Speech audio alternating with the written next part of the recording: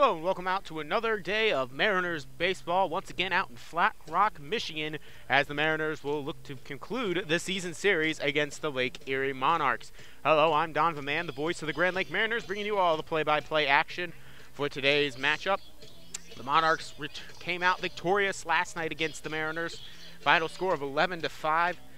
It was a day in which the Mariners jumped out quickly in the first inning. They scored 4 innings in the top of the first and then gave up 11 straight to the Monarchs across the following innings. Mariners were able to put one more up in the ninth before they were stomped out and the rally concluded. 11-5, again, that final score. But it's a new day, and despite the Mariners last night were eliminated from playoff contention, but despite that, there's still plenty of play to play for in this season. Always looking to get better, always looking to improve. This is always still a chance to just keep getting your reps during the summer. Just keep look to improve your stats, trying to impress college scouts, your college coaches, and of course, the pro scouts as well. So there's still plenty to play for, despite the postseason is officially not an option for the Mariners anymore. But it all begins right now, a bounce-back game. See if they can't snap this 8-game losing skid, get back in the win column. The last team the Mariners did beat, by the way, were these Lake Erie Monarchs. That was back a couple weeks ago. That was a final score of 14-3. We'll see if they can't get a favorable result in this one. Live from Flat Rock, Michigan, it's Mariners Monarchs. Live on the Mariners Media Network. I will step aside, and when I return, I'll have the national anthem, the play-by-play, and the starting lineups. This is Mariners Baseball. Don't go anywhere. I'll be right back.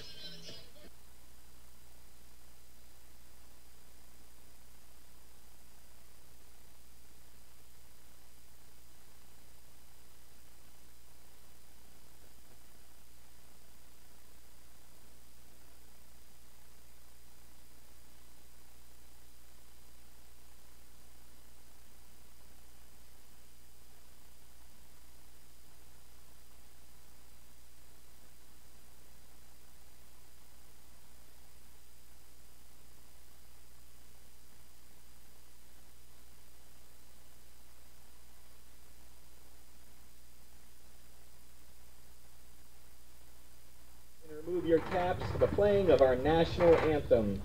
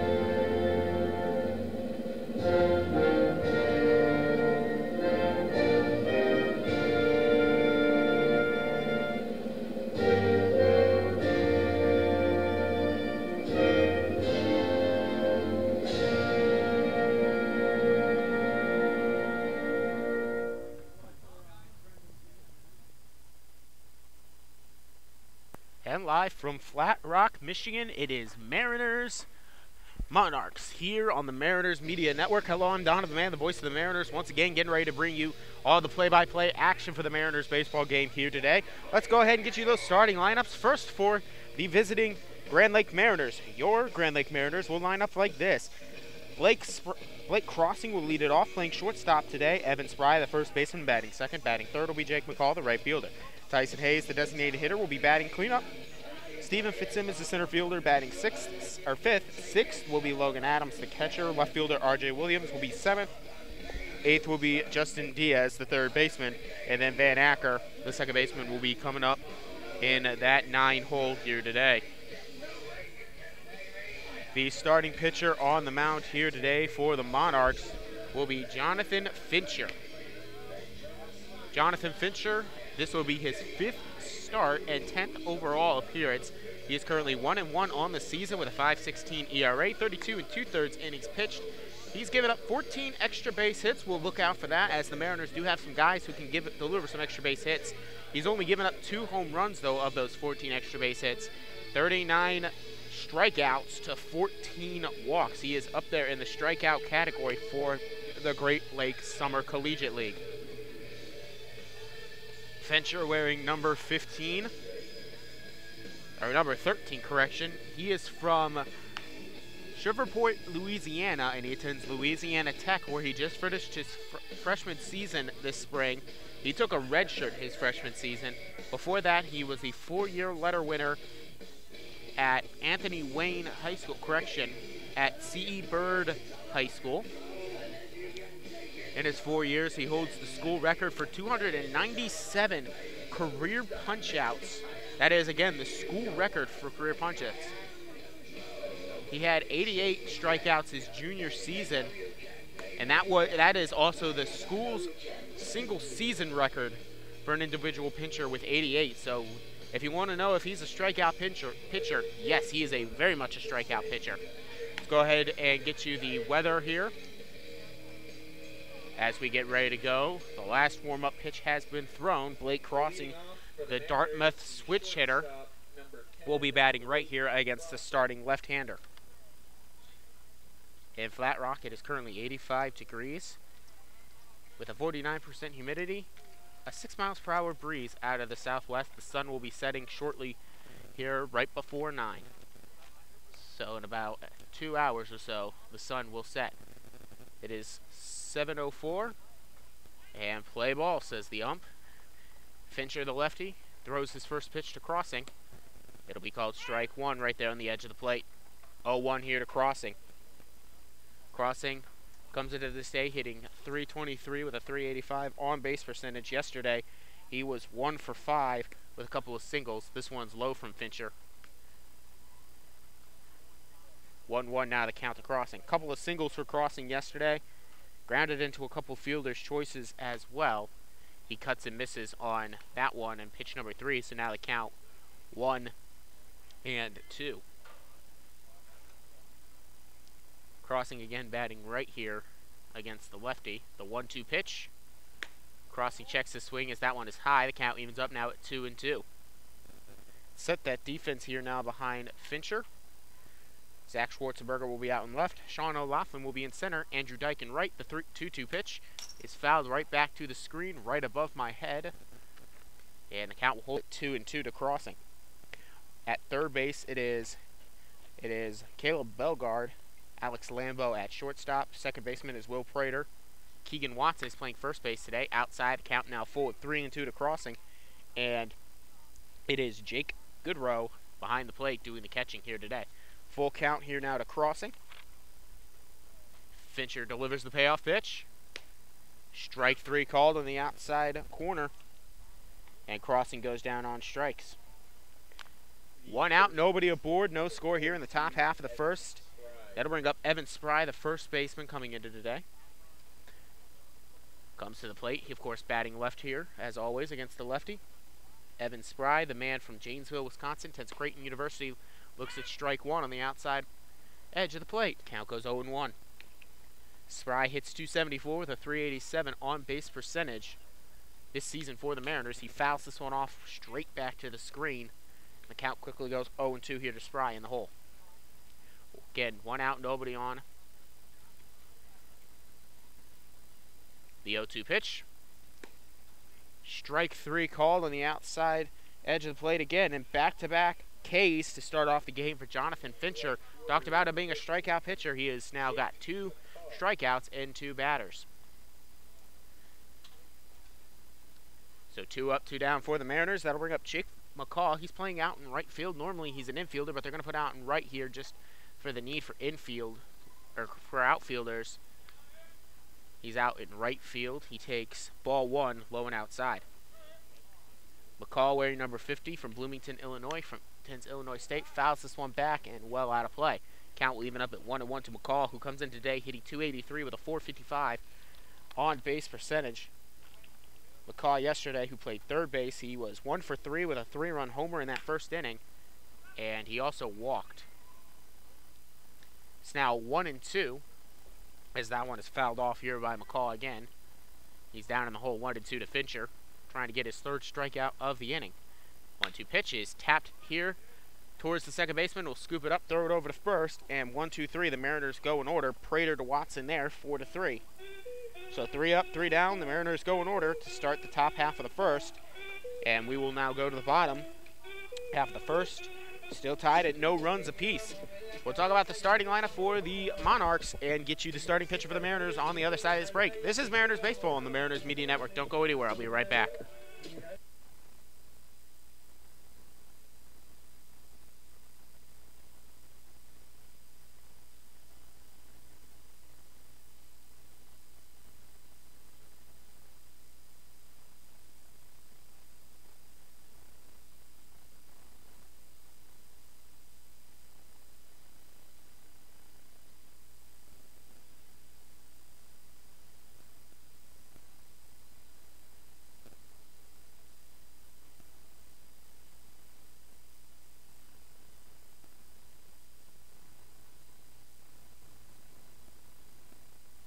Hello, welcome back out to the Mariners, to Flat Rock, Michigan on the Mariners Media Network. I'm Donovan Mann, the voice of the Grand Lake Mariners, bringing you more play-by-play baseball in the bottom half of the first.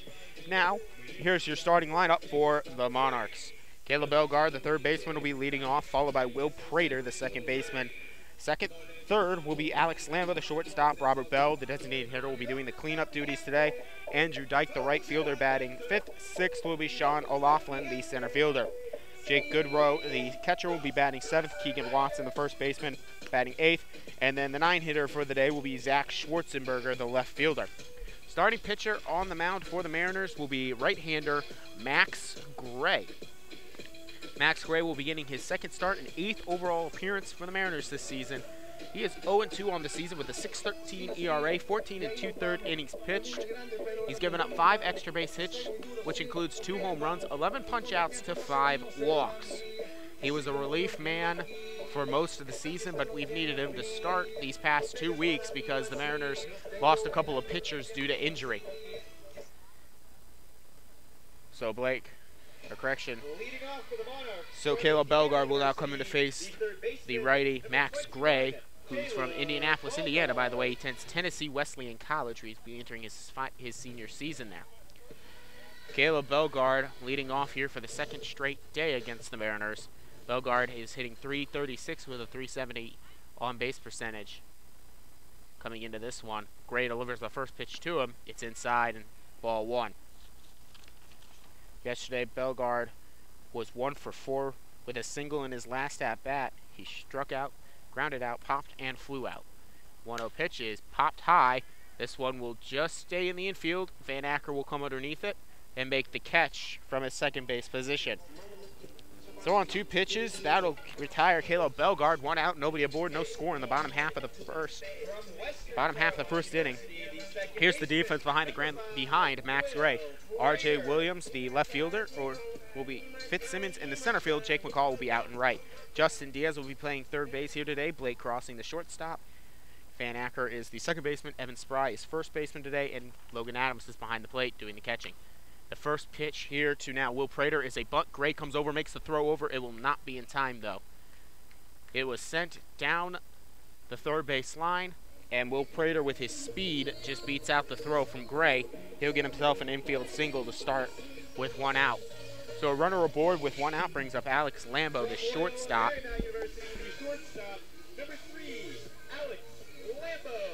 Alex Lambo, wearing number 3, from Seattle, Washington, attends Loyola Marymount. Just finished his freshman season there, batting right here against the righty. He cuts and misses on the first pitch. Lambo, coming in today, hitting .288 with a .356 on base percentage.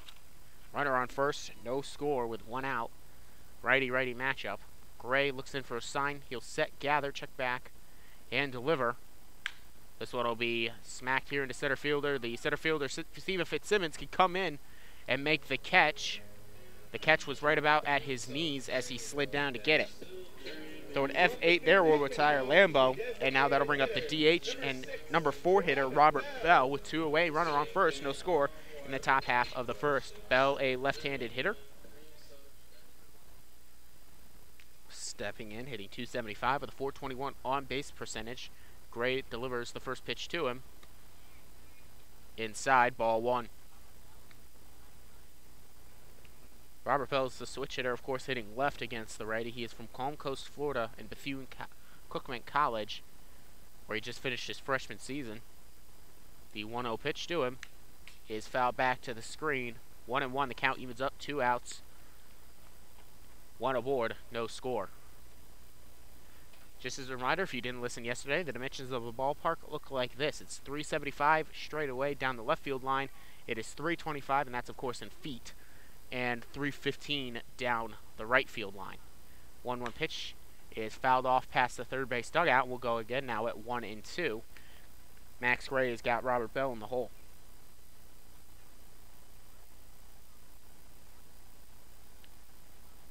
Max Gray looking for his sign. He does have Prater to worry about on first. By the way, Prater with 3 stolen bases, but he flashed his speed with showing that bunt play. Here comes the 1-2 pitch. It'll be down low, 2-2.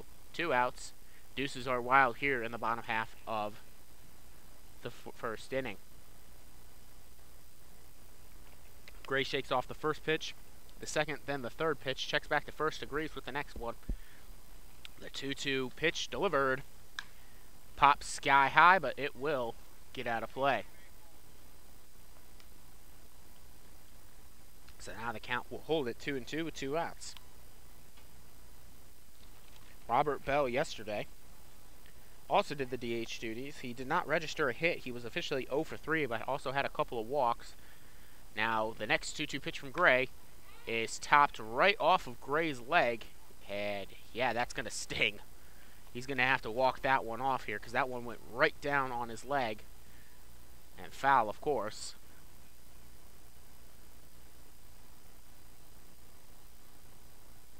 Not much protective padding on Bell's legs. That basically just hit all flesh and bone.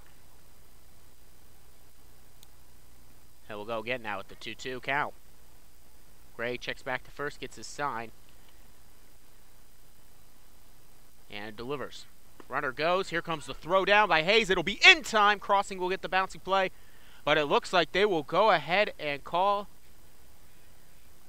the strikeout anyway. It was strike 3.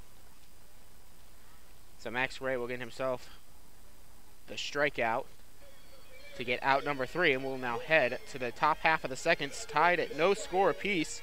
One hit, no run score in the bottom half of the first, and 1 man was left on base. This is Mariners Baseball live on the Mariners Media Network. Don't go anywhere. I will be right back.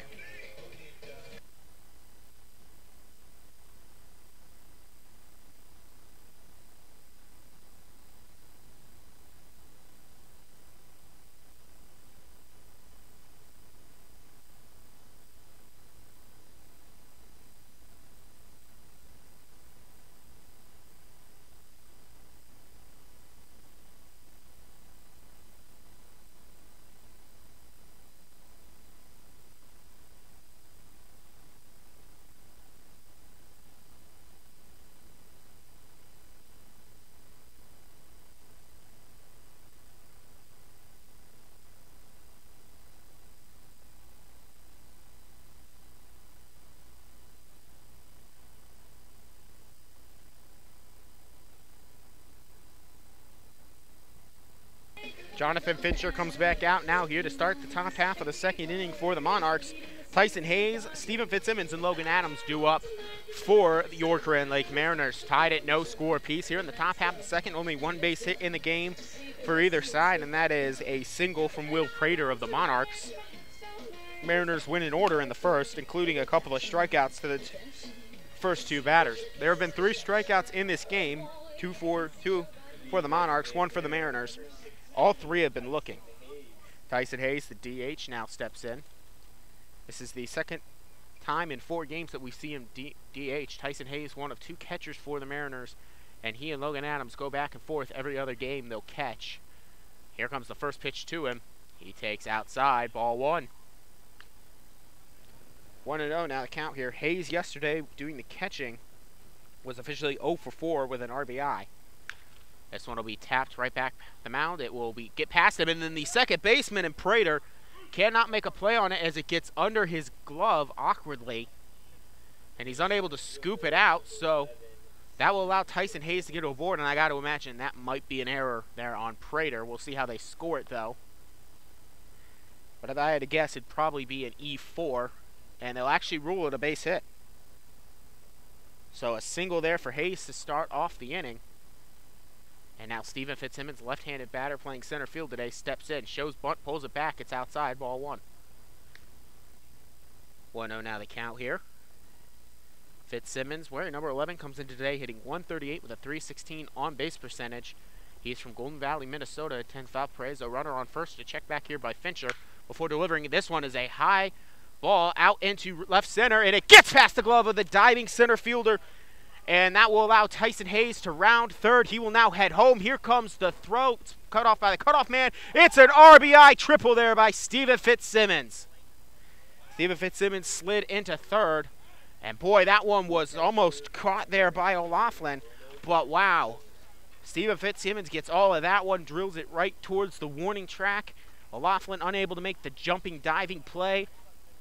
And it will be an RBI triple by Fitzsimmons.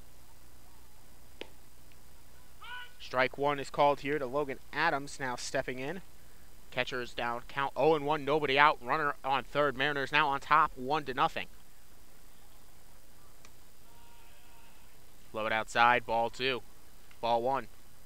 1-1 now the count here, nobody out. Runner on third, 1-0 to score. Back-to-back hits to start off this inning.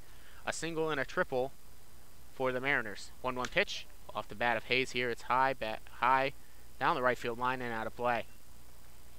Count will go 1-2. Adams is in the hole.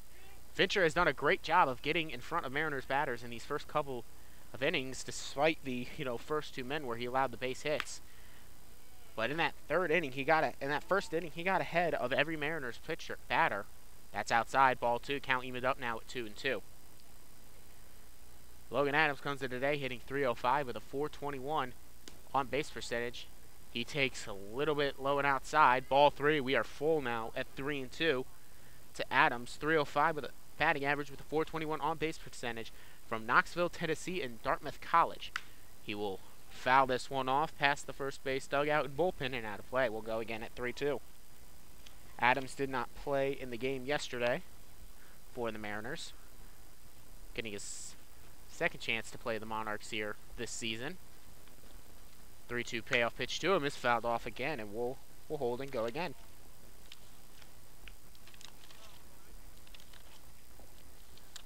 Adams, a right-handed batting catcher.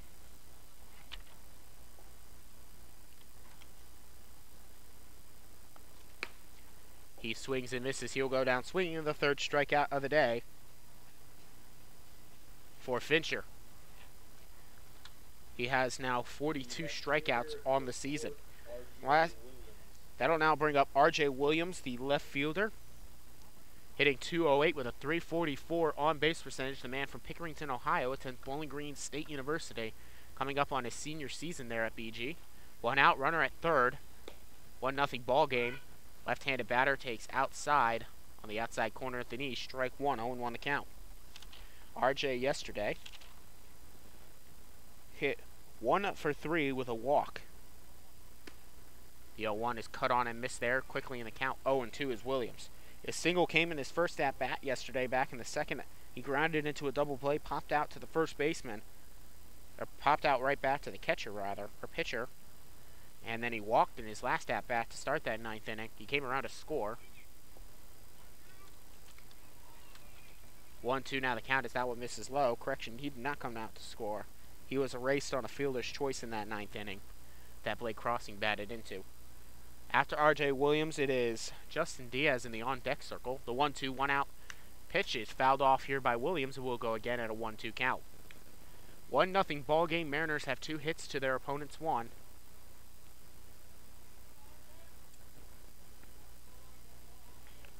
R.J. Williams with 3 RBIs on the season has a golden chance for number 4. The 1-2 pitch to him is fouled off right towards the third base dugout. Actually looked like it went through one of those between a couple of the posts there that function sort of as windows and support the fence. It shot right through it. But nobody was struck in that Monarchs dugout down the third base line. It's a 1-2 count now. The pitch to him. He's just outside, ball 2, 2-2 on the check swing. Monarchs in their home 2-piece jerseys with the white pinstripes. Or rather, it's a white jersey with the blue pinstripes, blue undershirt underneath it. 2-2 pitch here is down the third base line. This actually with the ability, Williams with the speed to beat out the throw.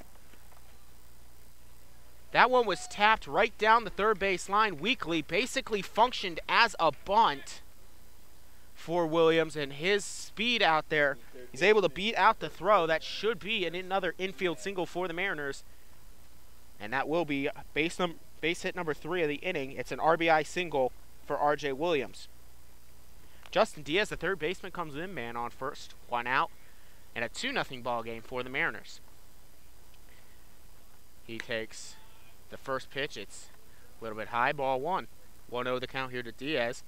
Number 41, standing at 6'2" from Chicago, Illinois. He attends Illinois State, hitting .293 with a .432 on-base percentage.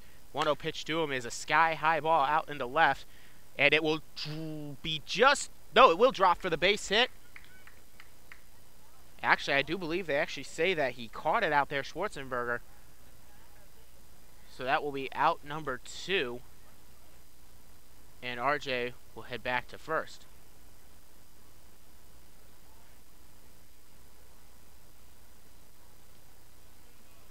Actually, now, hold on. Justin Diaz is standing on first base, and RJ Williams just went to the dugout.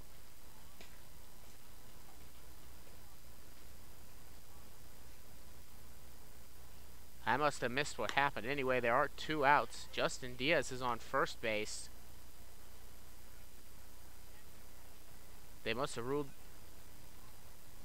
And so now, anyway, it is Van Acker stepping in. He pops this one high into foul territory down the first base line, and it will be caught there by the first baseman. And that will retire the side.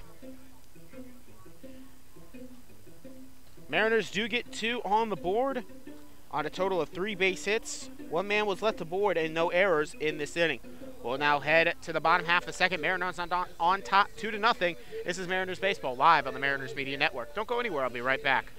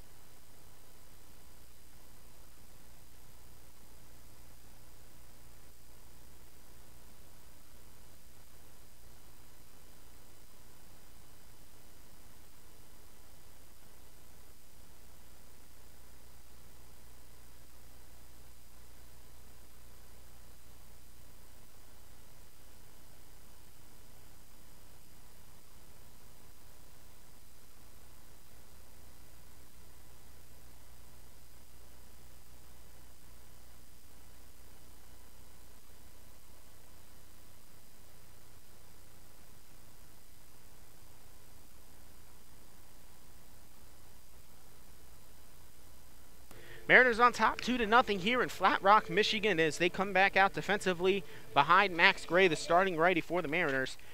Due up is Andrew Dyke, Sean O'Laughlin, and Jake Goodrow for the Monarchs here. Mariners on top 2-0. Hello, I'm Donovan Mann, the voice of the Grand Lake Mariners, bringing you the play-by-play action here.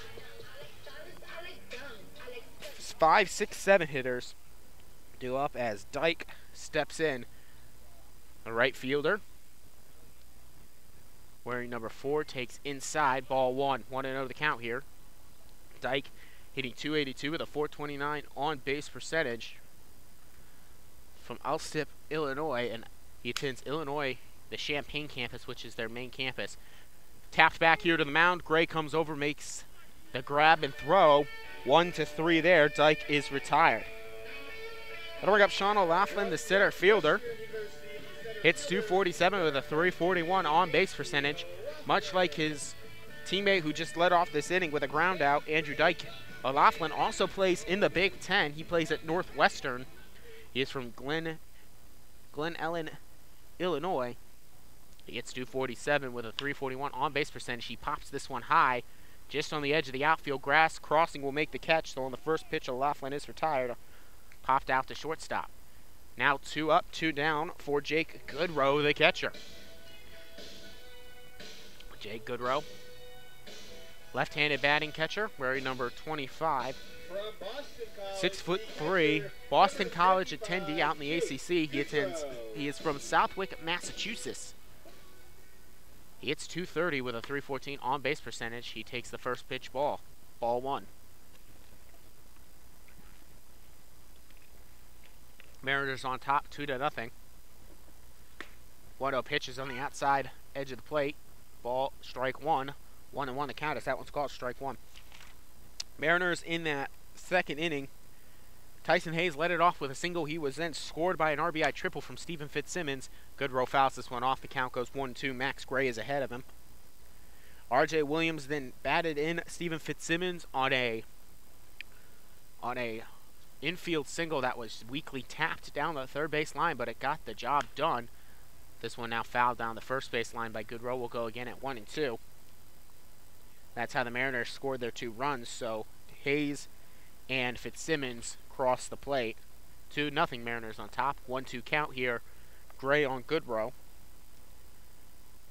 Gray delivers the 1-2 pitch. Outside corner with a good off-speed pitch there. And the count will go, and that'll be the second strikeout of the day for Max Gray. And the side goes in order.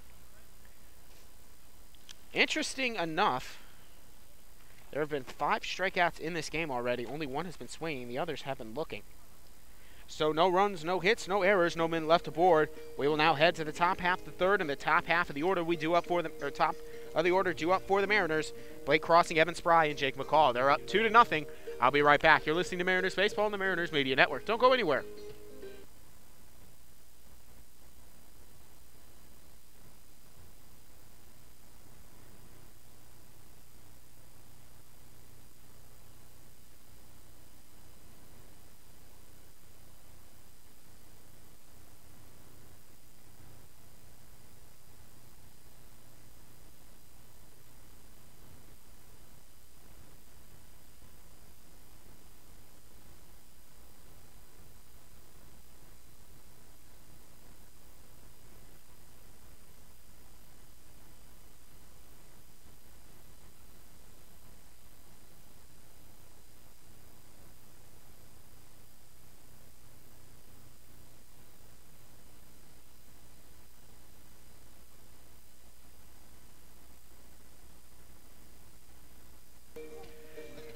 Mariners on top of the Monarchs, 2-0 here is in the top half of the third. Donovan Mann, the voice of the Grand Lake Mariners, bringing you all the play-by-play action here from Flat Rock, Michigan, home of the Lake Erie Monarchs. It'll be Jonathan Fincher coming out for the top of the third. Starting lefty will go again. He gave up 2 runs in the top half of the second. That was on 3 base hits. And for the Mariners, it is Crossing, Spry, and McCall due up. Crossing 0 for 1 on the day, struck out looking his only time up. He comes back out here to get his next bit of action at the plate. Again, the switch hitter will be batting right here against the lefty. And we are just about ready to get underway. The last couple warm-up pitches have been thrown out on a partly cloudy but still bright Wednesday afternoon. Happy hump day, everybody. Play ball, says the ump, and Fincher gathers, delivers his first pitch to Crossing. High, ball 1, 1-0 the count here to Crossing.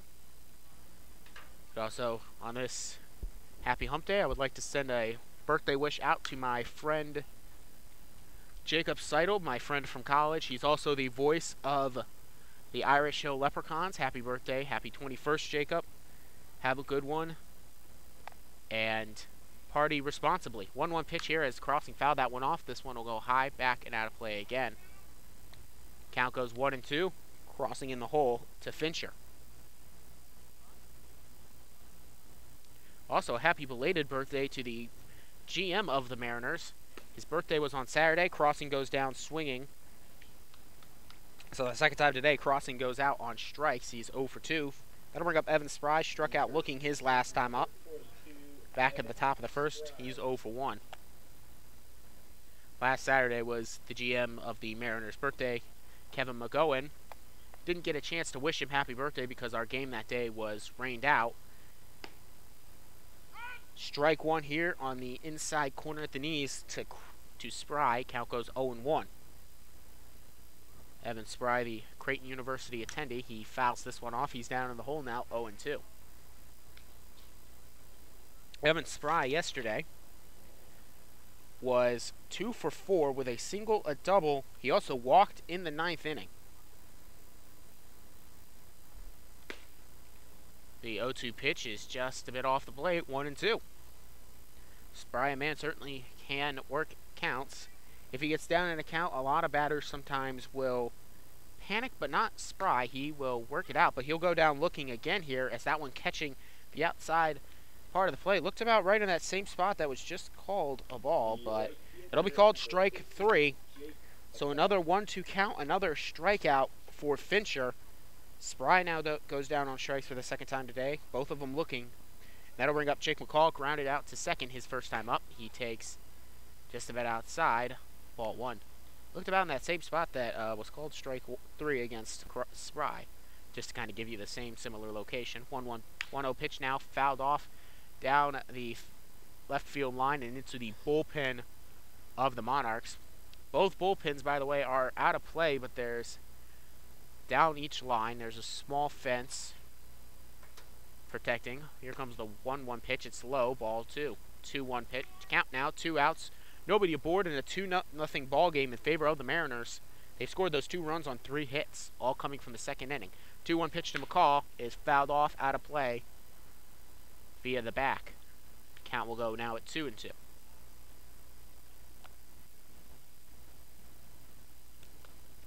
Two balls, 2 strikes, 2 outs, and right to the second baseman from McCall, and he will go down, grounding out to the second baseman. So all but identical to the top half of the first is the top half of the third. The only difference is Crossing went down swinging and not looking. But 2 strikeouts and a ground out get the Monarchs out of the inning. Mariners still lead 2-0 though. Will now head to the bottom half of the third with the Mariners on top. Due up for the Monarchs, it is Keegan Watson, Zach Schwarzenberger, and then back to the top of the order with Caleb Belgard. So 8, 9, and 1 hitters. This is Mariners Baseball live on the Mariners Media Network. Don't go anywhere. I will be right back.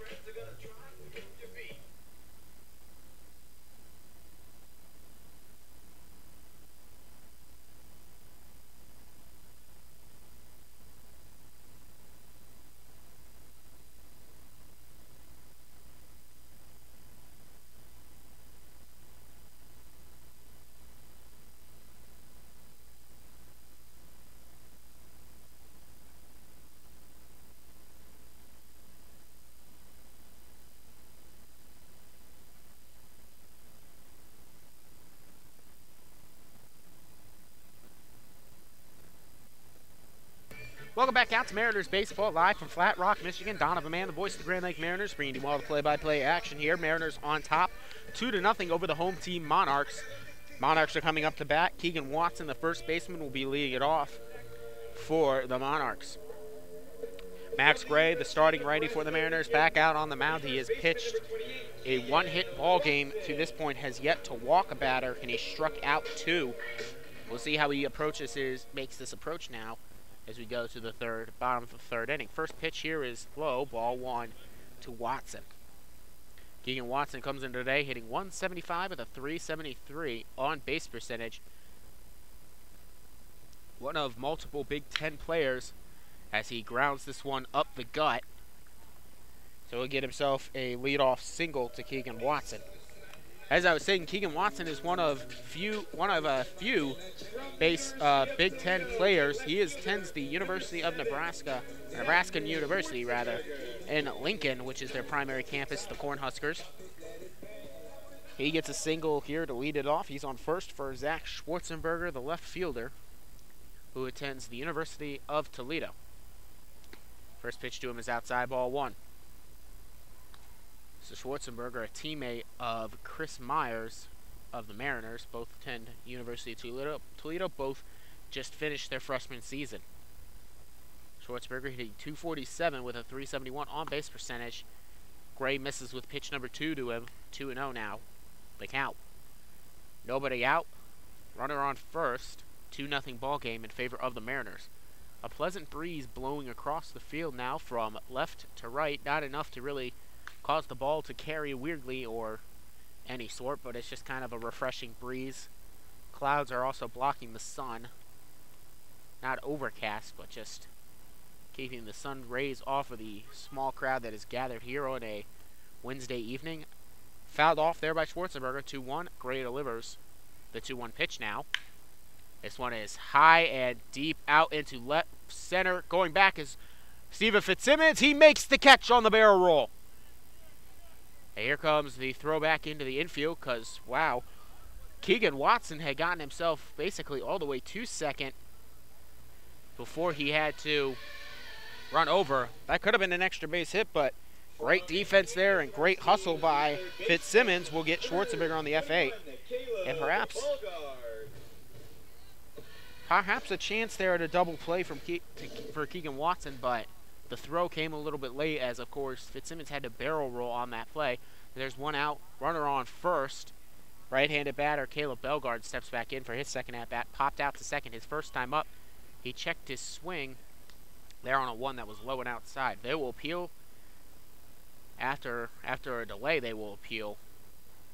And the man on the bag says he did not go. 1-0 count. One out, runner on first. 2-0 Mariners on top. This one will be fouled out of play past the first base dugout where the Mariners reside. And count will go 1-1. 1-1 count here to Will Prater. Or correction, to Caleb Bellegarde, who is 0 for 1 on the day. Bellegarde yesterday was 1 for 4, so he's 1 for 5 in the series here at home against the Mariners. Bouncing away from Adams, and this one will go from right to left after it bounces off of Adams' glove, and that will allow on the wild pitch there for Schwarzenberger, or correction, Keegan Watson, to advance to second in scoring position. One out, runner on second now. Right-handed batter Bellegarde awaits his 2-1 pitch. Gray agrees with the sign. He gathers at the face and delivers the 2-1 pitch. Off the bat, it's a ground ball through the gap of third base and shortstop. There's now runners at the corners with the second single of the inning. Third base hit of the game for the Monarchs.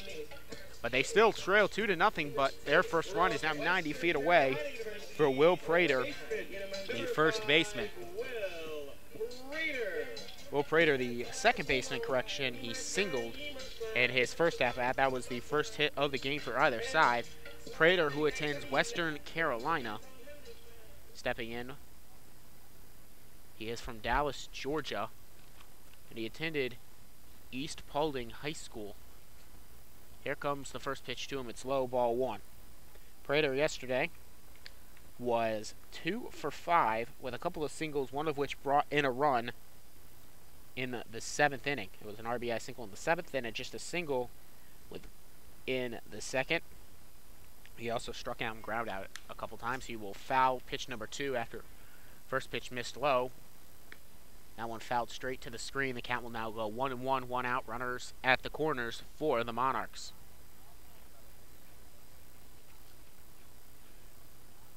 Bellegarde tried to sneak into second, but on the foul tip, he has to go back to first. So runners will remain at the corners after Bellegarde trots his way from second to first. In the on-deck circle is Alex Lambo for the Monarchs. But first we await the 1-1 pitch from Gray to Prater. 1-1 pitch. Runner goes. Here comes the throw down. It will be in time, and he'll be now caught in the rundown. as Bellegarde is thrown out on the tag.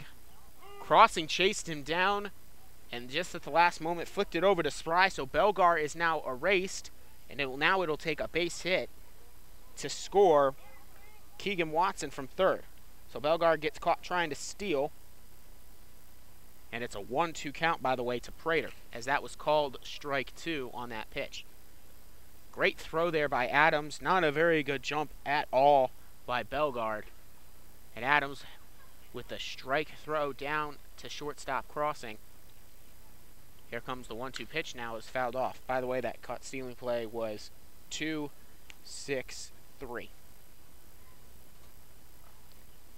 1-2 count as that one's fouled off there by Prater. Gray delivers. High fly ball into shallow center. Out comes the second baseman, Van Acker, calls off both the center fielder and shortstop from his team. And the side is retired. They do get a couple base hits, but they only leave one man aboard after one was caught trying to steal. No runs cross the plate and no errors in this inning. This is Mariners Baseball live on the Mariners Media Network. Don't go anywhere. The Mariners are on top 2-0, so we head to the top half of the fourth. And it's Tyson Hayes, Stephen Fitzsimmons, and Logan Adams due up for your Mariners. I will be right back.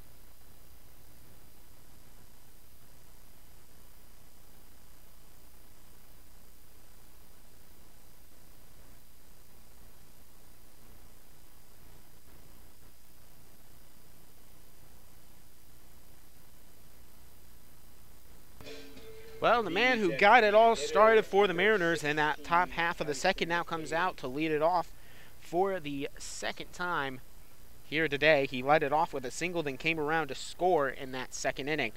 He scored on the RBI triple from Stephen Fitzsimmons. The first pitch to him from Fincher, the starting lefty, is low and in the dirt, ball one. 1-0 count here now to Hayes. 3 hits for either team, but the Mariners have been able to score 2 on those 3 hits. Hayes takes high outside, ball 2, 2-0 the count.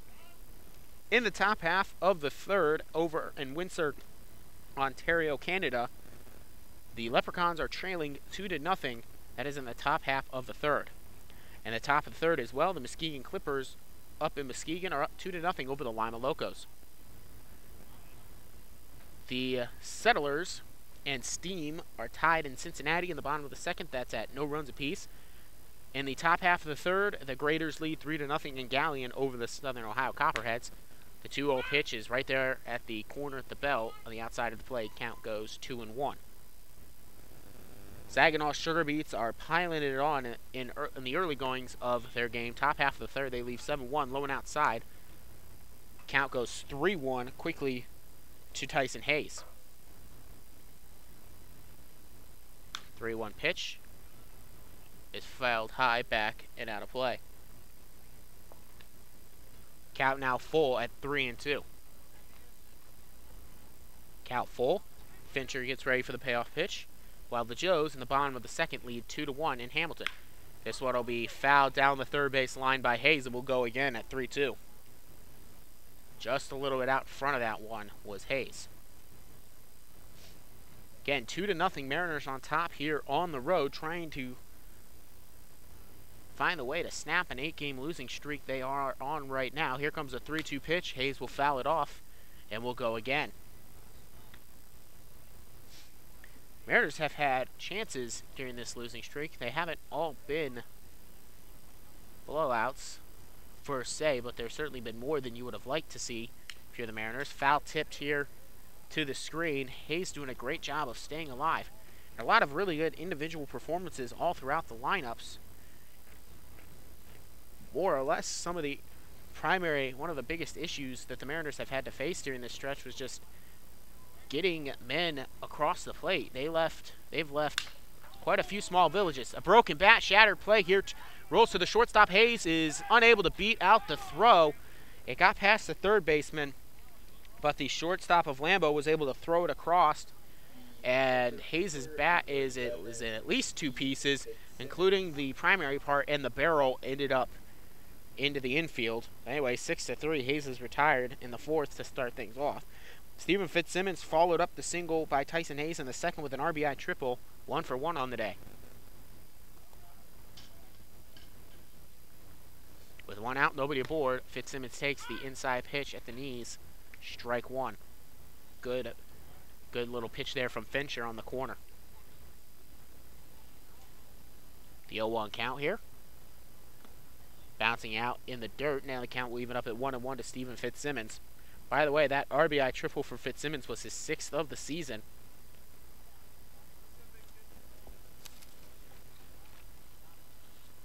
And Fitzsimmons yesterday was 0-for-3.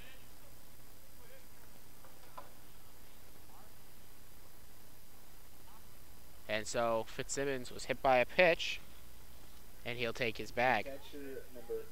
I guess they were afraid of him, hitting another triple on him, so they'll just say, go, fine, take your base. So now a runner on first for the catcher, Logan Adams, 1 out. Adams struck out swinging his first time up. He's 0-for-1 on the day. 2-0 Mariners leading. Outside edge of the plate there, strike one called.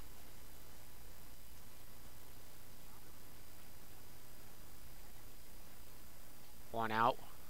Runner on first. Fincher checks back to first before delivering the 0-1 pitch. Smoked foul down the right field line and out of play. Count will go 0-2. As Fincher gathers, gets his sign, looks back to first. The 0-2 pitch is popped high here by Adams into left field. Coming in will be the left fielder in Schwarzenberger making the catch. And they're now 2 down. I don't want to bring up R.J. Williams. He scored Stephen Fitzsimmons with an RBI single back in the second inning. He scored the Mariners' second of 2 runs in this game so far. He was then eliminated at the Justin Diaz at-bat on a 7-6-4 fielder's choice is what I'm officially being reported that was. I had lost the ball because I thought Schwarzenberger had made the catch out there on that play. That one is high, ball 1. 1-0 the count. If R.J. Williams gets aboard, Justin Diaz stands in the on-deck circle. 1-0 count here to Williams. In a 2-0 ball game, Mariners on top. 2 outs, runner on first. Runner goes, the throw back to first will end up catching Stephen Fitzsimmons after the throw from first goes to the shortstop. And so Stephen Fitzsimmons is erased, and also the side is retired. No runs scored, no hits, no errors, and no men were left on base. Well, to the bottom half of the fourth, Mariners on top, 2-0 here in Flat Rock, Michigan. Alex Lambeau, Robert Bell, and Andrew Dyke do up for the Monarchs as they have a combined batting in this game of 0-for-3 between the 3 of them. I'll be right back on the Mariners Media Network. Don't go anywhere.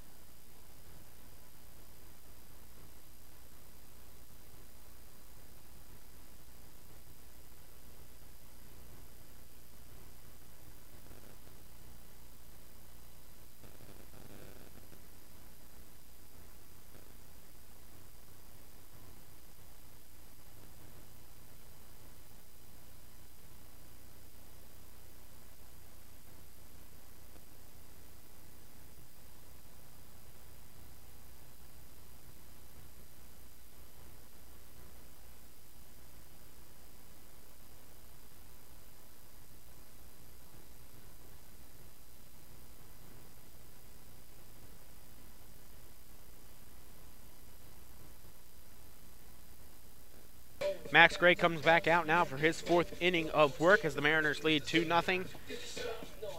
They'll look to defend that 2-0 lead against Alex Lambo, Robert Bell, and Andrew Dyke.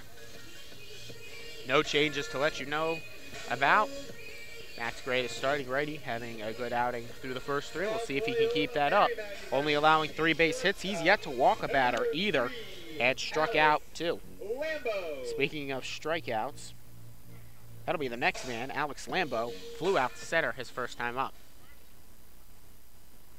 He bats right here against the righty. First pitch to him is low, ball 1. Thank you for listening wherever you may be listening here on the Mariners Media Network.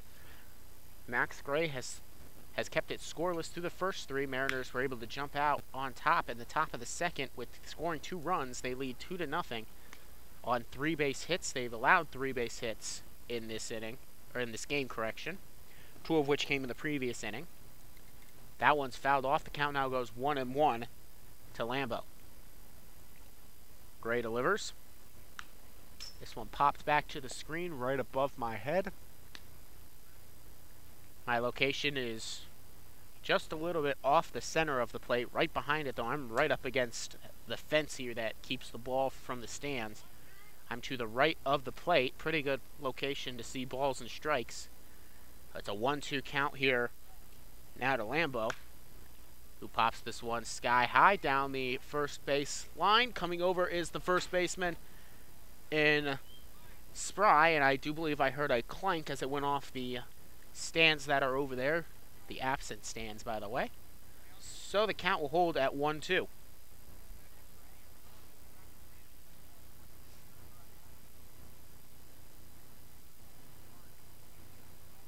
Max Gray will look in for his sign after he gets the new baseball. The 1-2 delivery. High ball 2. 2-2 now, the count evened up.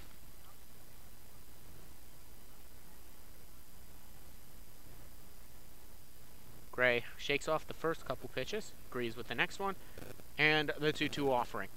Swung on and missed. Down goes swinging will be Lambo, the 3rd strikeout of the game for Gray. The first one swinging, the other 2 were looking. And speaking of strikeouts, Robert Bell was the first strikeout victim that ended. That was the end of the first inning when the DH went down looking. The switch hitter bats left here against the righty. 1 out, nobody aboard. He takes high and inside, ball 1. 1-0 the count here in a 2-0 ball game. Here in the bottom half of the 4th inning. 1 out already. Gray delivers the 1-0 pitch. Bell takes a big hack and miss on that one. Count goes 1-1.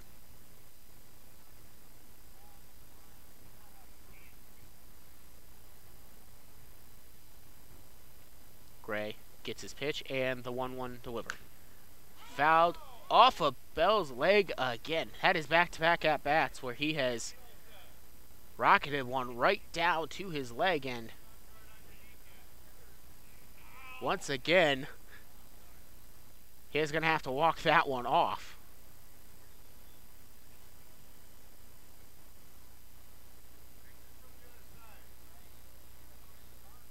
The count now 1-2.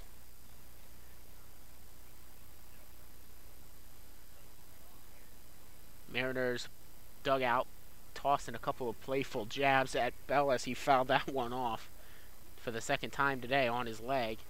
He had no padding on his leg, so basically goes right to his skin, bone, and muscle. Here comes the 1-2 delivery to him. Just a little bit low. Ball 2. The count evens up to Bell now, 2-2. 1 out here. It was 1 up, 1 down. As Gray delivers the 2-2 pitch. Swung on and missed. May have just gotten a piece of it, and they did. So we'll go again instead at 2-2. He just nicked that one ever so slightly to stay alive. Gray goes again. He will look for his sign, gather his grip, and the 2-2 offering. Sky high out into center field. Stephen Fitzsimmons running in to make the catch, and Bell is retired. He goes to 0-2 on the day, this time on an F8. 2 up, 2 down for the Monarchs, and that will now bring in Andrew Dyke, led off the 2nd, grounding out straight back to the mound. He bats right here. From the University of Illinois Champaign, Andrew Dyke, who attends the University of Illinois Champaign. His freshman season this past spring, he had 10 appearances in 4 starts. He hit .067 with 2 RBIs for the Fighting Illini. And this one will be low. Ball 1, 1-0 with 2 outs, nobody aboard. 2-0 the score. Mariners on top here in the bottom half of the 4th inning. 1-0 pitch. Popped high, going to the edge of the outfield grass. Stephen Fitzsimmons calls off both the second baseman and Van Acker, and Blake crossing the shortstop. He makes the catch securely, and they go in order for the second time here today on the Monarchs side. Through 4 innings, Mariners on top 2-0. We will now head to the top half of the 5th, and for your Mariners, it'll be the bottom third of the order, and R.J. Williams, Justin Diaz, and Van Acker due up. This is Mariners Baseball live on the Mariners Media Network. Don't go anywhere. I'll be right back. Get set, go!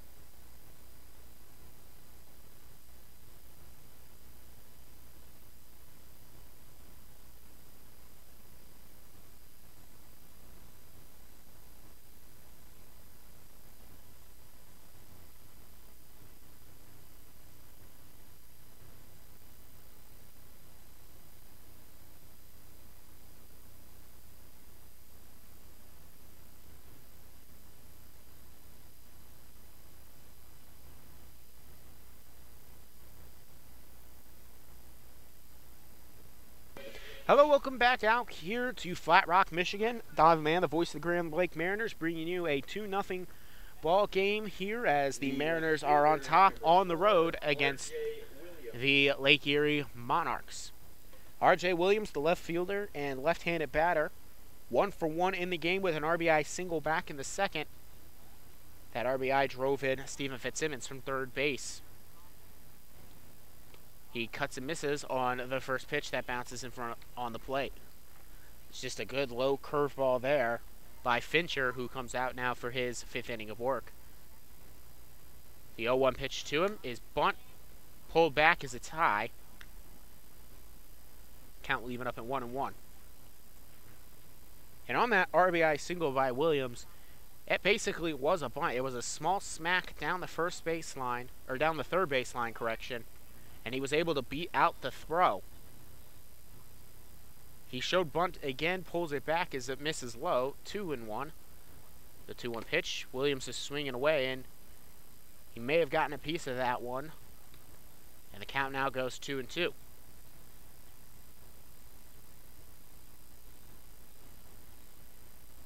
Mariners on top 2-0 here in a beautiful evening here in Flat Rock, Michigan. Not a lot of humidity. It's a cool temperatures as the sun is absent. Outside, ball 3. The count full here to Williams, 3-2. Some clouds, but not gray clouds, and certainly not rain clouds. Here comes the payoff pitch, and Williams will smack this one over. Comes the second baseman Prater, throws over to first. Williams is retired. 4-3 the play. R.J. Williams falls to 1-2 on the day, and that'll bring up Justin Diaz. Ended up hitting into a fielder's choice. That fielder's choice was 7-6-3. It was a play I had initially missed and brought me some confusion because I thought that Prater had made the play out there to get him out on the fly out, fouled right back out to the screen, back to the screen, just high and left of my head.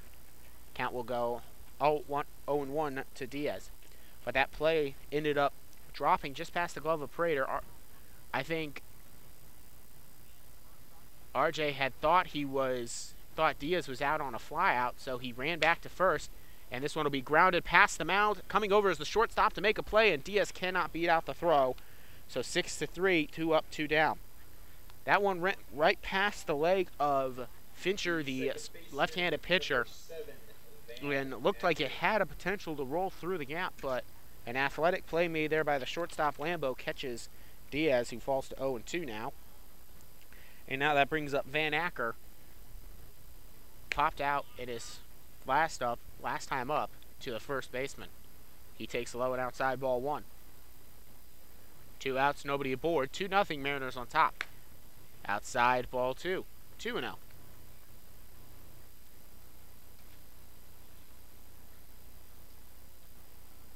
2-0 pitch. It's called strike 1 right there on the inside corner at the knees. 2-1 now the count. Anyway, to finish up on that Diaz play that happened in the second, the throw ended up coming into the shortstop, who flipped it over to fourth. So the play was 7-6-3, low and outside, ball 3. Count now 3-1 to Acker. 3-1 pitch. He cuts and misses. The count now full at 3-2. Full count here to Van Acker, who yesterday was 0 for 3 with a walk.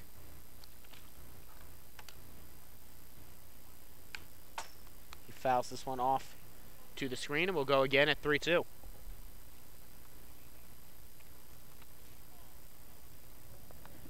Count here to Acker. Payoff pitch number 2 is swung on and missed. Acker will go down swinging. Mariners go in order here in the top half of the 5th. They still lead 2-0 though, and we'll go to the bottom of the 5th. Max Gray will come back out to the mound. And you're listening to Mariners Baseball on the Mariners Media Network. Don't go anywhere. I will be right back.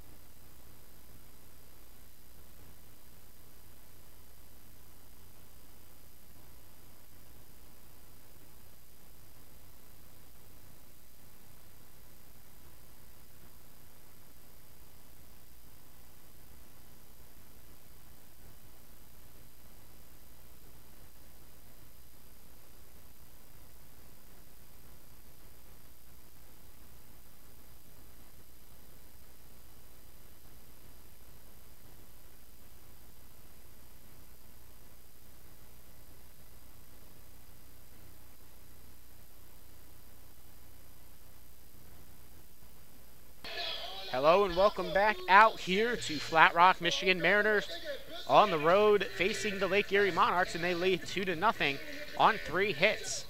And it's also 3 hits for their opponents. Max Gray, the starting righty for the Mariners, comes out to face Sean O'Laughlin, Jake Goodrow, and Keegan Watson for the second time the day for each. Gray has yet to walk a batter, and he's gotten 3 punch-out in this game. Again, only giving up 3 base hits, and all of which have been single. It's a 2-0 ball game for Gray, getting his second start of the season.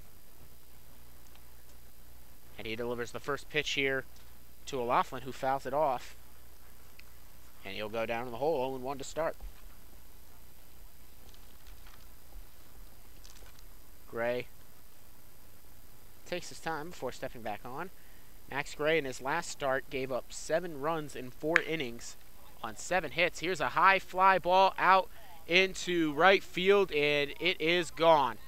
And just like that, the lead is cut in half on Sean O'Loughlin's solo homer to lead off the 5th inning for Gray. That is for Max Gray, that is the 3rd home run he's given up on the season.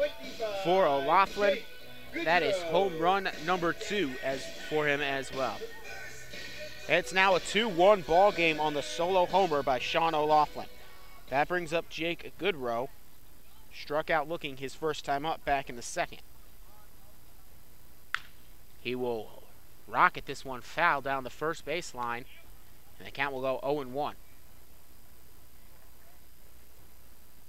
Mariners still on top, 2-1 in the top of the fifth. 2-1 pitch. Great breaking ball there.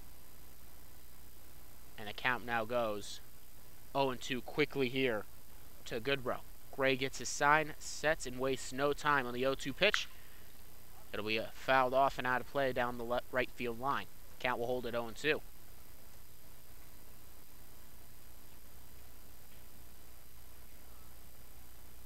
Gray steps back on, gets his sign, sets, and delivers. 0-2. Popped high into center field. Coming over is Fitzsimmons, calling for it and making the catch. F8 retires Goodrow for the second time here today. Keegan Watson singled in his first time up to lead off the third inning. He managed to get all the way to third after a wild pitch moved him to second, and a single from Bellegarde moved him to third. But after Bellegarde was caught stealing and Prater popped out to the second baseman, he was unable to score. 2-1 the score. Mariners on top here. Keegan Watson stepping in, the first baseman, 1 for 1 on the day. High and inside, ball 1, and not by much.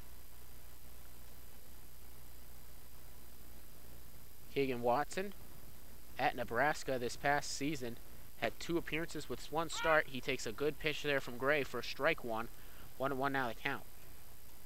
So Watson, 2 appearances, 1 start. He did not register a base hit, but did get aboard a third of the time he had plate appearances. He fouls this one off past the first base dugout. He'll go in the hole now, 1-2. For Watson, before Nebraska, he went to New Palestine High School. Gray ahead of him, 1-2 pitch delivered, swung on and missed. Strikeout number 4 of the day for Max Gray. Solo home run leads it off to cut the score in half, but now back-to-back outs, one on an F8, 1 strikeout for Gray, and he's showing that home run's not going to mess with him mentally as he goes right back to work. Zach Schwarzenberger flew out to center his first time up. He takes strike 1 right there, swinging, 0-1. He chased a low one. Gray, wasting no time, gets a sign and delivers the 0-1 pitch. Fouled off toward the screen, and quickly 0-2 Schwarzenberger in the hole. Schwarzenberger, a left-handed batter versus a right-handed pitcher. To Gray, it hasn't made much of a difference if you're batting left or right today, though. He will attack you as best he can. 1-2 pitch there on the curveball, missing outside. 2 outs, nobody aboard, 2-1 the score. Here comes a 1-2 pitch. Strike 3 called. He went right back at him with the same pitch and got the strikeout. 2 strikeouts in this inning, but also a solo home run brings the score to 2-1. That was the only hit in the inning. No men were left aboard and no errors. Max Gray now has 5 strikeouts on the game as we head to the top half of the 6th. And that means the top third of the order for the Mariners. Crossing, Spry, and McCall due up. This is Mariners Baseball on the Mariners Media Network. Don't go anywhere. I will be right back.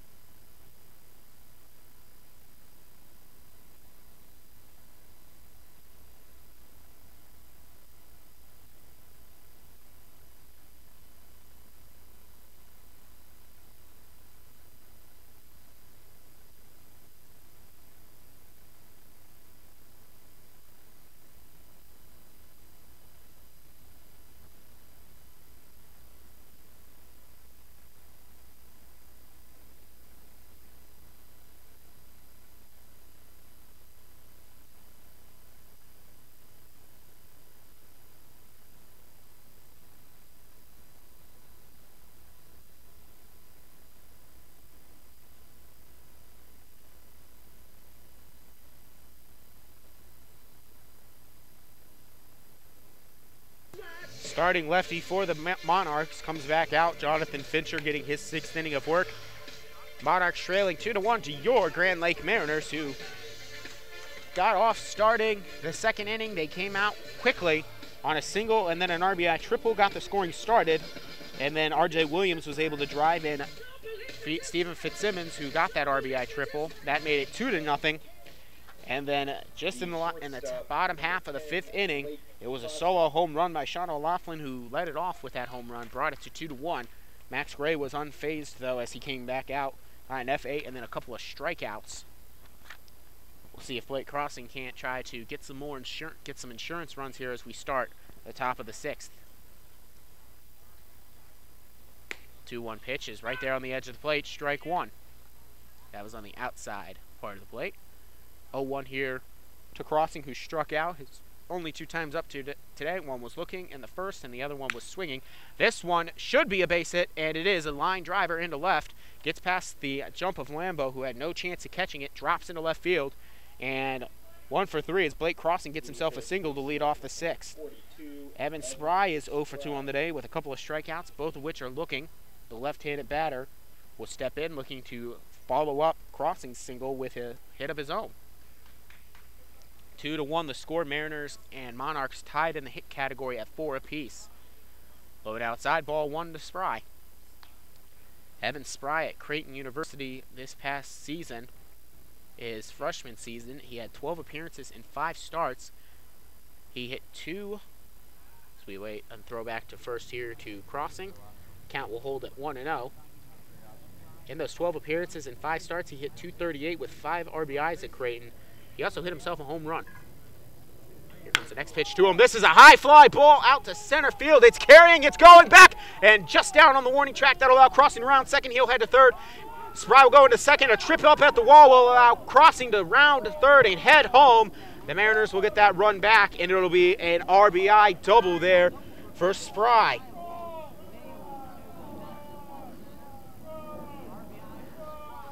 Boy, that was a good base hit out into right center from Spry. Looked like it might have had enough carry, but dipped down, got to the warning track, and fell. The center fielder in O'Laughlin was unable to make anything of it, and then he kind of stumbled out there, allowing Crossing to ground third and head home.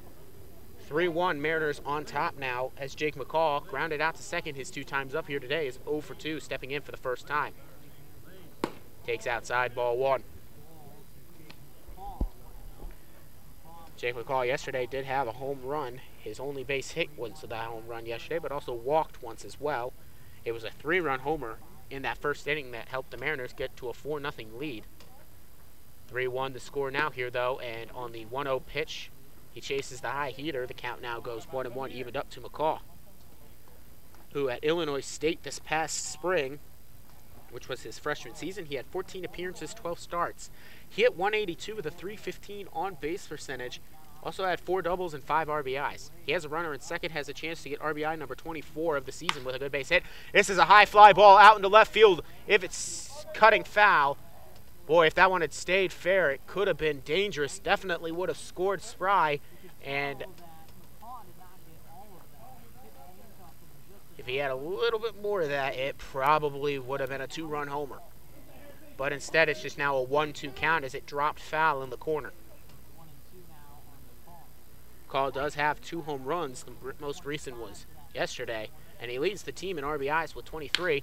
This one will be a line driver up the gut into center field. Spry will be held up at third, and it'll be a single. So 3 hits start off the 6th inning. Mariners have runners at the corners with nobody out. The designated hitter, single from Blake Crossing. He scored on the RBI double by Spry, and now Jake McCall puts him at the corners with a single of his own. Dyson Hayes 1 for 2. The designated hitter led off the second with a single, then grounded out to short his last time up in the 4th. Meeting on the mound here, and a sign was made, but I think it was more of a joking sign by the assistant coach. There's somebody up and throwing, I think. No, there's actually nobody up and throwing in the bullpen for the Monarchs, just a bunch of guys stretching, and they may need to be called upon here soon, as the Mariners are open for business now in this 6th inning.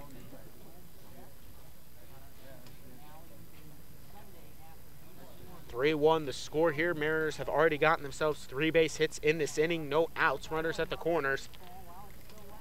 in a 3-1 ball game. Mariners again got 2 in the second, gave up 1 in the 5th on a solo homer. And then 3 base hits allow 1 to score so far in the 6th inning. Tyson Hayes, certainly a man who can swing the bat. He's been doing it a lot consistently. Yesterday, he got himself a sacrifice RBI, was 0 for 4. And then against the Clippers, this past Sunday, as he takes the outside corner at the knee, strike 1. 0-1 the count here to Hayes. As in the second game against the Clippers, he was 0 for 2, but was hit by a pitch. And he was 2 for 4 against the Clippers in the first game of the doubleheader when he played catcher. He had 2 singles and 2 RBIs on those singles. Here comes the 0-1 count, low, ball 1. 1-1 now, the count evens up. Hayes has 13 RBIs on the season, and those are numbers that have climbed up as the season has gone on.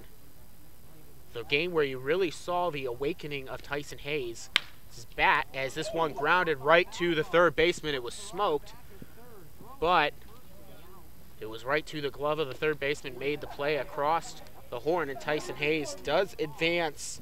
We'll call it a second, but 5-3, he will be out. There's now 1 out, 2 runners in scoring position, and a 3-1 ball game. Mariners on top. Stephen Fitzsimmons had himself a very hard hit triple out in the second. That was an RBI triple, and then he was hit by a pitch in his last at bat. So he's 1 for 1. 1 out. Here comes the first pitch to him, but off-speed pitch there. We call it strike 1 at the knees.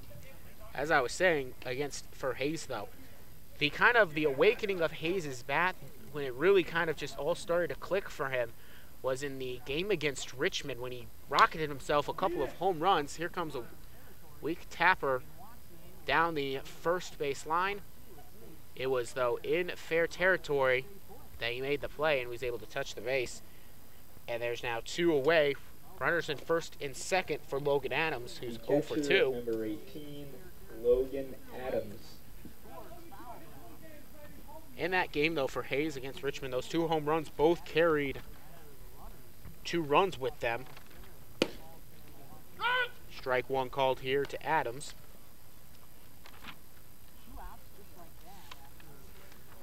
So the Mariners got 3 consecutive hits. They now have given up their first 2 outs. Here comes the 0-1 pitch. It's cut on and missed by Adams. He goes down in the hole now, 0-2.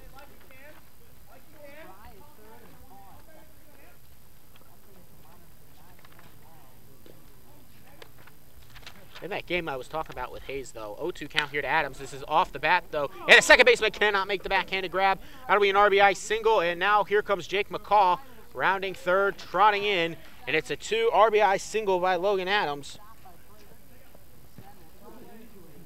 And now the Mariners are up 5-1 here now in the top half of the 6th inning. For Logan Adams, those are RBIs number 10 and 11. In that game for Hayes as well, he had a single and two home runners. He was 3 for 4 in that game. He was hit by a pitch as well. R.J. Williams, 1 for 2 on the day with an RBI single back in the second. Grounded out to second in the 5th. He steps in now. He gets 1-0 as he takes first pitch low. 2 outs. Runner on first is Adams. 1-0 pitch is high. Ball 2. 2-0 here. And now you got to start to wonder, how long is Fincher going to be in this game?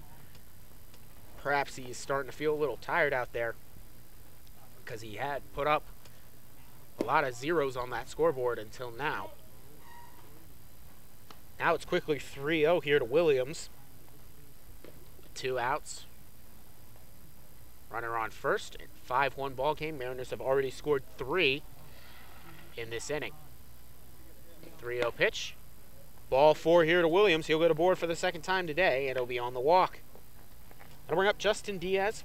0 for 2 on the day. Grounded into a fielder's choice, 7-6-4. Justin Diaz. And then he grounded out to short his last time up back in the 5th. He's 0 for 2. Runner on first and second. Diaz coming in. Man from Illinois State. And this looks like it will be the end of the day for Fincher. He will be pulled as the second mound visit between coach and pitcher is going, and that means the pitcher must come out. So the day is over for Fincher. And we'll step aside, talk about the new pitcher when we return. This is Mariners Baseball on the Mariners Media Network. Don't go anywhere. I'll be right back.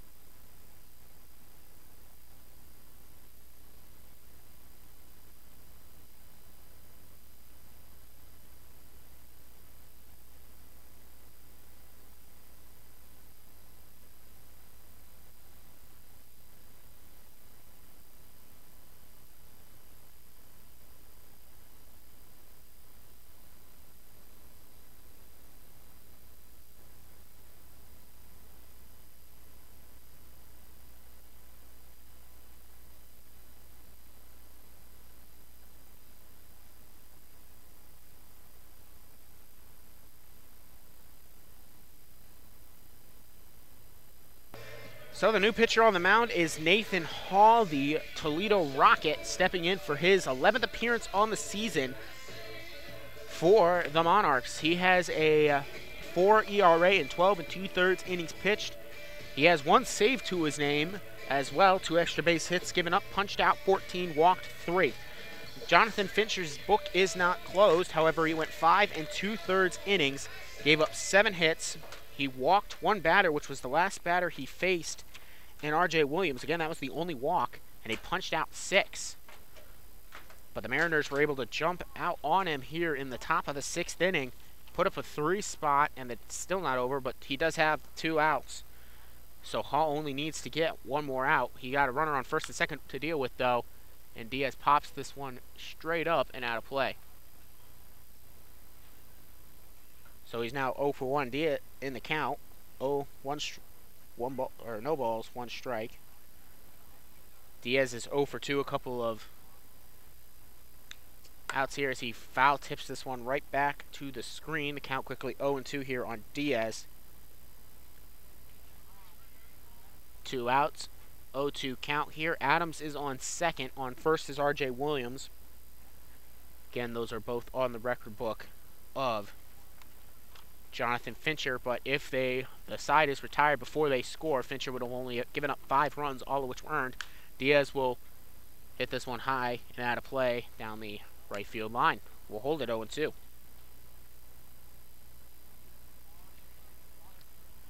Diaz did not play in yesterday's game. Last time we saw him was against the Clippers. He was 0 for 2 in the first game of that doubleheader, and he was 0 for 1 in the first game of the doubleheader. He came in a change. He replaced Jaron Lovely in the lineup in a pinch hitter situation, and then he got moved to third base as part of a defensive shuffle. He fouls another one off, and we'll hold it 0-2. 0-2 count, 2 outs here. 5-1 ball game in the top half of the 6th. Mariners have put up a 3 spot already. Check back to second and Adams. Here comes the 0-2 pitch. Diaz will foul it off again, and we'll hold. Tell you what, there is one cloud that has just come over the field, and it is the grayest cloud we have seen all day here in Flat Rock. It's like one of those ones where you think it could be a pop-up shower, but shouldn't be, as no rain is expected in the forecast. Here comes the 0-2 pitch to Diaz. It'll be, looks like it cracked his bat, but right to the second baseman who throws it out. His bat did break, and Diaz is retired 4-3. So Fincher's day does end with only the 5 runs, but he is in line for the loss if these results hold. 5-1, the Mariners on top, and we'll head to the bottom of the 2nd. Due up for the Monarchs, it will be the top third of the order: Caleb Bellegarde, Will Prater, and Alex Lambo. This is Mariners Baseball on the Mariners Media Network. Don't go anywhere. I shall be right back.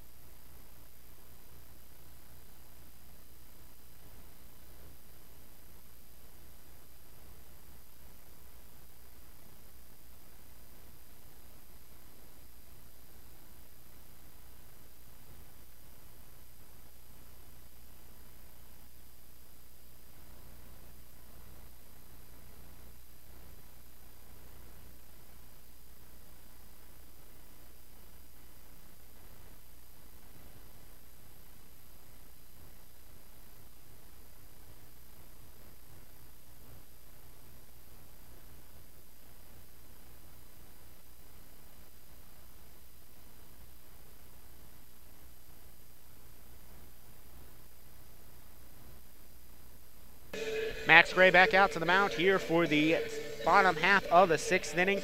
Bellegarde, Prater, and Lambo, or the 1-2-3 hitters for the Monarchs, due up.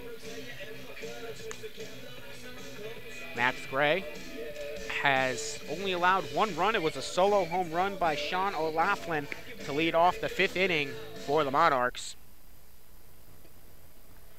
Other than that, it's really been all Mariners all day.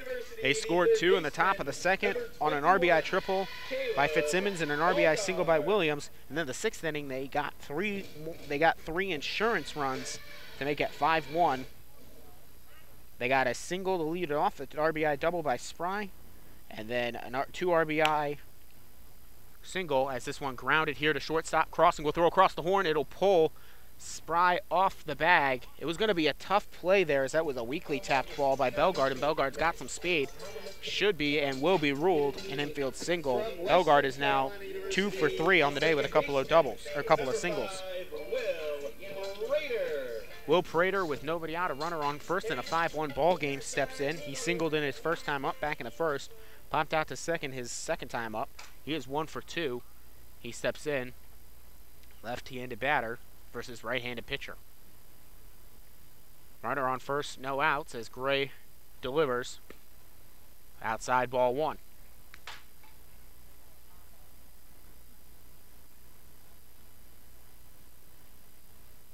It's a 1-0 count here as taking his lead off is Bellegarde. Bellegarde, by the way, as far as his base running numbers, is fouled here by Prater. It's now 1-1 count, even up.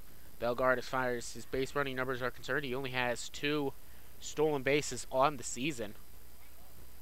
But you never know when they might try to pull something tricky in a 4-run ball game. 1-1 pitch. Outside, great pick over there by Adams behind the plate. The count will now go 2-1.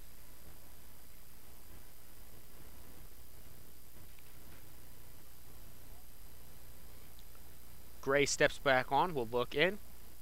And the 2-1 pitch. Fouled off here by Bellegarde. He now evens up the count at 2-2. For Bellegarde, by the way. He attends Indiana.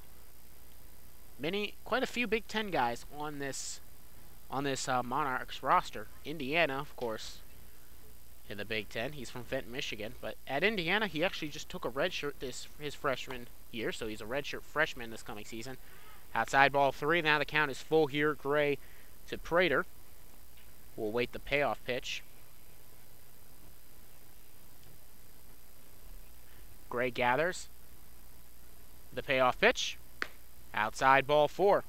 So a single and a walk gets the inning started for the Monarchs. Runner on first and second with nobody out. And Alex Lambo 0 for 2 on the day. He's flown out to center in the first, and then he struck out swinging his last time up back in the 4th. Again, Max Gray has gotten 5 strikeouts on the day, 2 of which came in that last inning after the solo home run. He got an FA and then a couple of strikeouts to retire the side. He'll now, after getting the first 2 base runners aboard, will be looking to do much of the same. He delivers a great pitch there, strike 1. Count goes 0-1.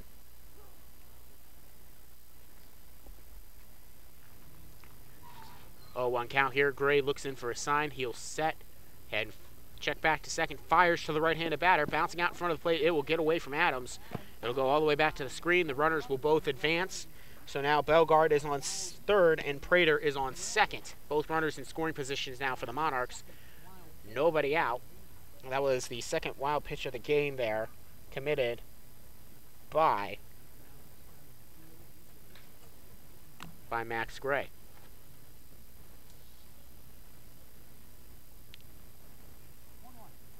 Alex Lambo on the 1-1 pitch takes outside. Count now 2-1. Lambo does have 20 RBIs on the season, could deliver 21 and 22 with a good base hit here, but Max Gray is not one to back down from a challenge, and we'll see how he continues to approach this. He's got a 2-1 count here. First base is open. Runners on second and third. This one will be hit out into left field. It will drop for a base hit. Heading home will be Bellegarde. He will score. It'll be an RBI single for Lambo. His first base hit of the game carries an RBI. RBI number 21. From Bethune-Cookman College, the designated hitter, number 6, Robert So Bell. runners at the corners now, still nobody out. It's a 5-2 ball game, and Adams is going to go ahead and go have a conversation with Max Gray. It's just going to be catcher and pitcher, and now Max Gray's actually looking at his throwing hand a little bit, and now they'll get the coach out there. Here comes head coach Damon Hacker. They'll talk this over with Gray. He's just looking at his, I think it's either his index finger or his pointer finger or his thumb. And if that is the case, might just be a blister. But still, you don't want to try to pitch through those. That's pretty painful. This might be the end of the day. The umpire now goes out there to take a look at it. And we may be seeing the end of Max Gray here prematurely in the bottom half of the 6th. In a 5-2 ball game, runners at the corners. Still conversation out on the mound. Robert Bell, 0 for 2 on the day, will be due up here, the designated hitter. Don't know who will be facing, though, if it might be still Max Gray. They're taking a long time on the mound. Runners at the corners. Bell does have 18 RBIs on the season. Adams is going to return back behind the plate. Now Diaz, the third baseman, is going to come over to look.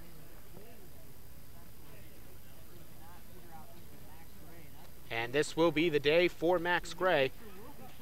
We will be talking about the new pitcher when we return. Thank you for listening to Mariners Baseball on the Mariners Media Network. I will be right back, talk about the new pitcher. He'll get all the time he needs. Of course, due to injury, to warm up. And thank you for listening. I will be right back.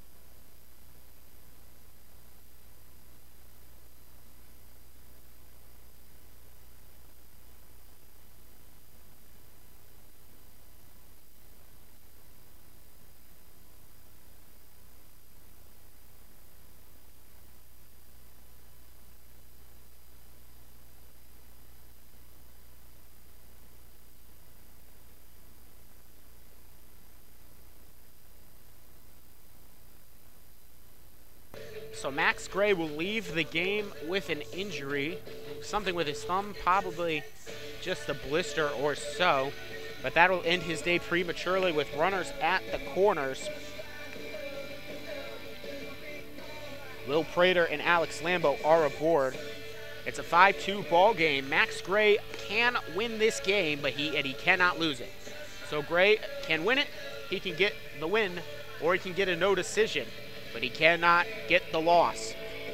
The new pitcher on the mound after Max Gray goes 5 innings, gives up 6 hits, 1 walk, which was his only walk was to Will Prater, and then he gave up a punched out 5 batters. The new pitcher is now Bradley Calhoun. Calhoun, this will be his 11th appearance. He has a 8.59 ERA, 14 2/3 innings pitched. He's given up 9 extra base hits, which includes 5 home runs. He has struck out 12 and walked 1. So he can deliver the punch outs and be effective at that, but just due to that home run nature, you just look at the stats and you can tell sometimes he tendency to sometimes leave it too much on the plate, but when he is on, he is hot, and we'll see if Calhoun will deliver a good outing here and keep this game manageable for the Mariners. Or actually, correction, keep the lead for the Mariners. It is definitely manageable as they're up 5-2. Calhoun is also 1-0 on the season. He's from Troy, Ohio, and attends Otterbein College. where he had 4 appearances, pitched 3 1/3 innings, and a 10.80 ERA. This past spring, that was his freshman season. So runners at the corners. Calhoun now steps on, gets his last warm-up pitches in. Lambeau with an RBI single is on first, and Prater is on third after he walked. First pitch here to Robert Bell is low, ball 1. 1-0 count.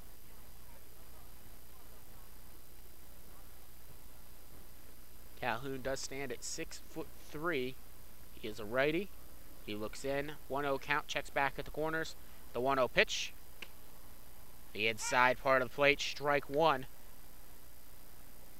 Tell by Bell's reaction that he did not agree with the call. The count now 1-1. Calhoun, a sidearm pitcher as well. Very effective sidearm pitcher. Checks back to first.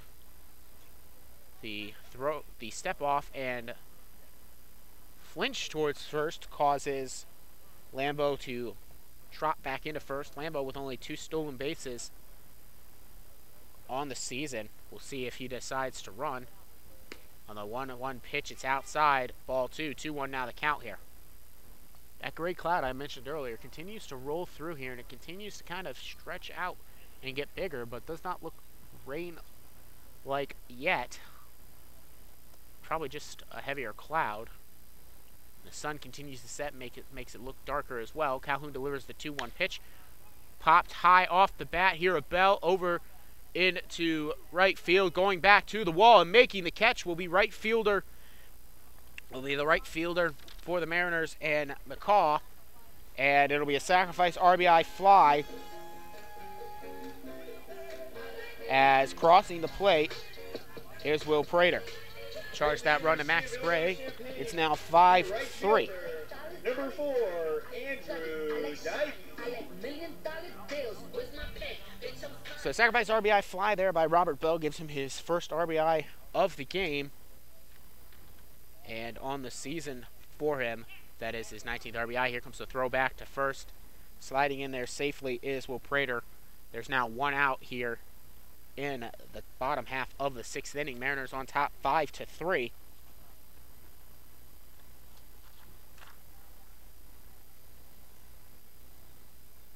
First pitch here is really inside, and a good pick out there by Adams to keep that one in front of him. Count will go 1-0 here to Andrew Dyke, the right fielder, right-handed batter, 0 for 2 on the day. He's grounded out and flown out. He's got a 1-0 count, 1 out, runner on first in a 5-3 ball game. Calhoun delivers a great pitch right down Broadway there, strike 1, 1-1 the count.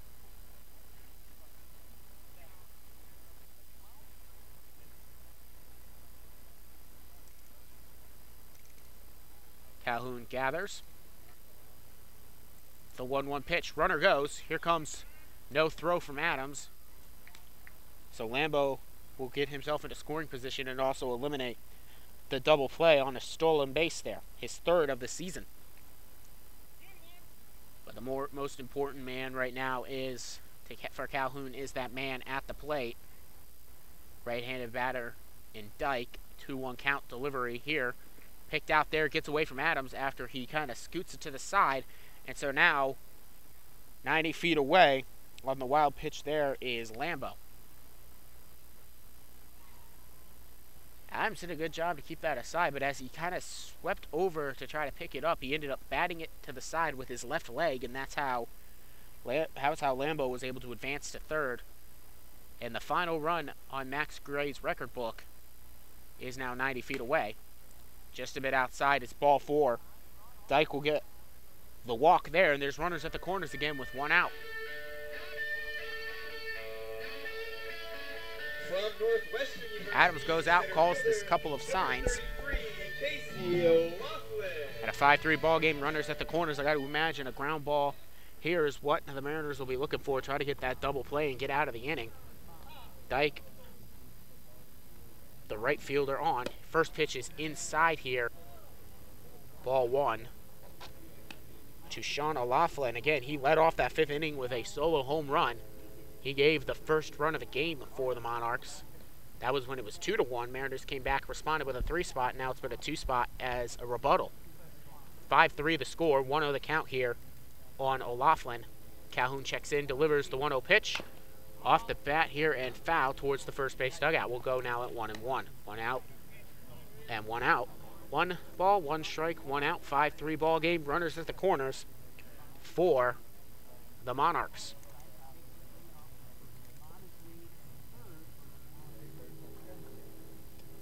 Calhoun gets his sign and delivers the 1-1 pitch. Curveball there is called ball 2, 2-1. That one was inside. 2-1 the count.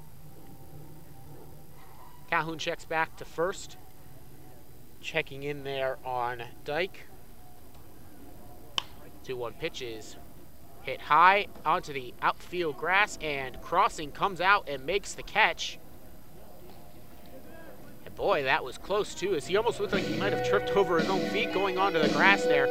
I'm being told the infield here and the grass is more like playing on a beach as opposed to actually playing on a baseball diamond. And you can even just looking out there, the grass is pretty high up into the outfield compared to the dirt. So Crossing maybe has stumbled over it a little bit, but he does make the catch. And O'Laughlin is retired. Jake Goodrow 0 for 2 with a strikeout looking and a flyout here today. Comes up. He's going to hit this one sky high out to center field. Back goes Steven Fitzsimmons at the wall. He makes! Nope, it'll be out of just over the wall. And we have ourselves a 5-6 ball game. So Jake Goodrow puts the Monarchs on top with a 3-run homer there. It is now 6-5, Monarchs on top. That one cleared the wall, not by much. And I kind of lost track of it out there at the wall when one of the runners rounded and the umpire moved out. But for Goodrow, he delivers there with a 3-run homer to put his team on top. Goodrow, that was home run number 4 in RBIs. 11, 12, and 13. 7th base hit of the game, by the way, as well. Keegan Watson, 1 for 2 on the day, steps in. He singled in his first at-bat to start the 3rd, then struck out swinging in the 5th. Book is closed on Max Gray. He gave up 4 runs, all of which were earned. Check swing there. Count now goes quickly 0-2 to Watson. Max Gray and Jonathan Fincher are both eliminated from the decision. 0-2 pitch here from Calhoun is tapped right back to him. He makes it on the hop and will flip it over to Spry at first base. And the side is retired. 1-3, but not before a 5 spot answers the 6th spot put up in this 6th inning. And now Jake Goodrow puts the Monarchs on top with a 3-run homer, also a sacrifice RBI and an RBI single. Brought you 5 runs in this inning for the Monarchs. And all 5-run score on a total of 3 base hits. There was no errors and no men left on base. We'll now head to the top half of the 7th. The Mariners have been able to get their base hits and score. We'll see if they can't respond. It will be Van Acker, Blake Crossing, and Evan Spry due up for the Mariners. Listen to Mariners Baseball on the Mariners Media Network. Don't go anywhere. I'll be right back.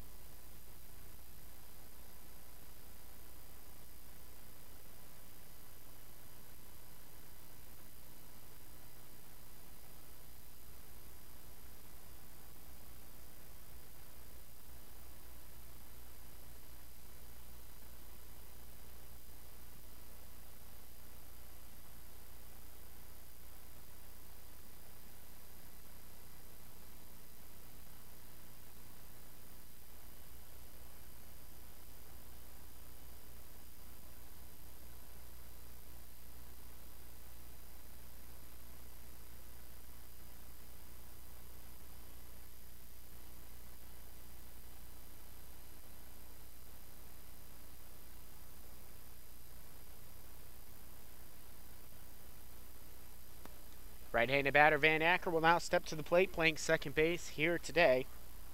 He is 0 for 2. He struck out swinging his last time up, popped out to first his first time up. He gets his third at-bat of the game. The man from Eaton Rapids, Michigan, who attends Alma College. He gets the first pitch. It's a bouncer in front of the plate. Goes back to the screen. No need to chase there, though, since nobody aboard, because this is the leadoff man.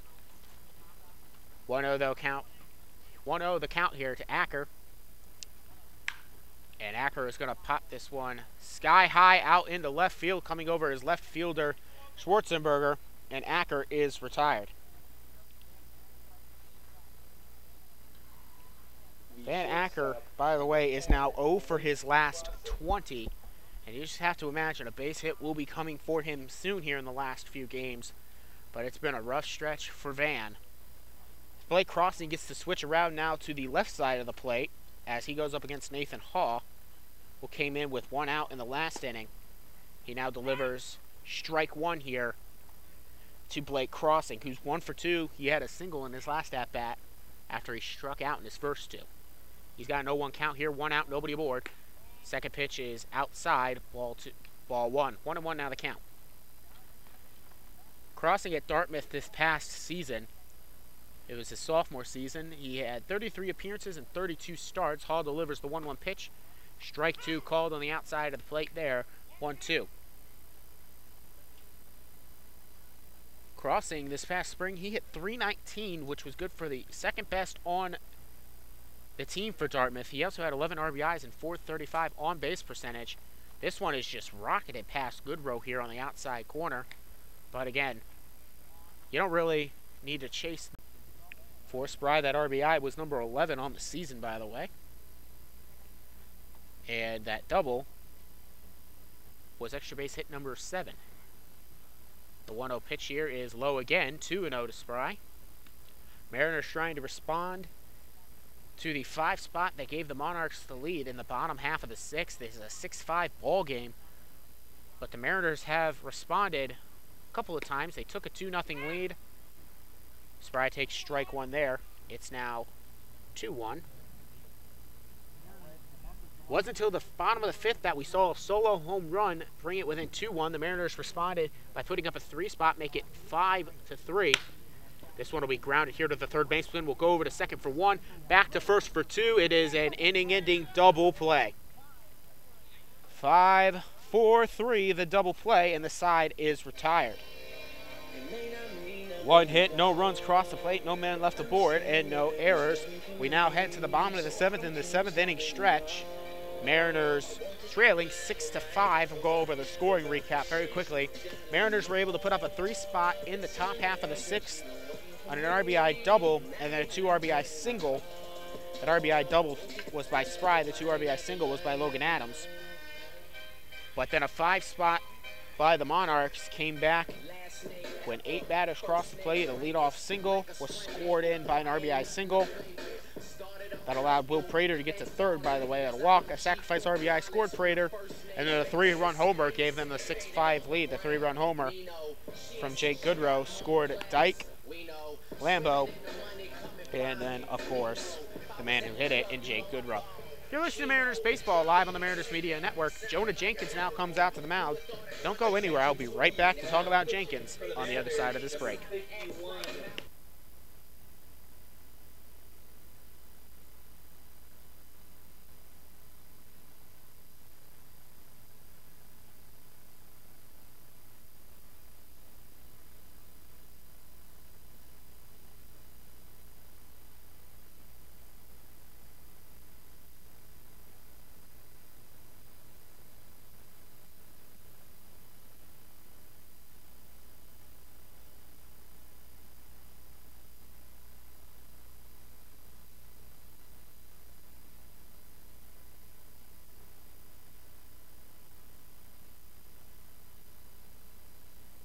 As I already said, Jonah Jenkins is the new pitcher on the mound here in Flat Rock, Michigan for the Grand Lake Mariners.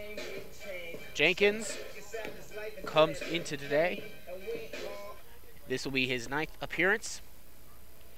He is 2-0 on the season with a .324 ERA, 16 2/3 innings pitched. He's punched out 18 batters and walked 2. He's given up 4 extra base hits, which includes 2 home runs. That's in 16 and 2/3 innings pitched. He is from Dartmouth College, where he did not make an appearance his freshman year.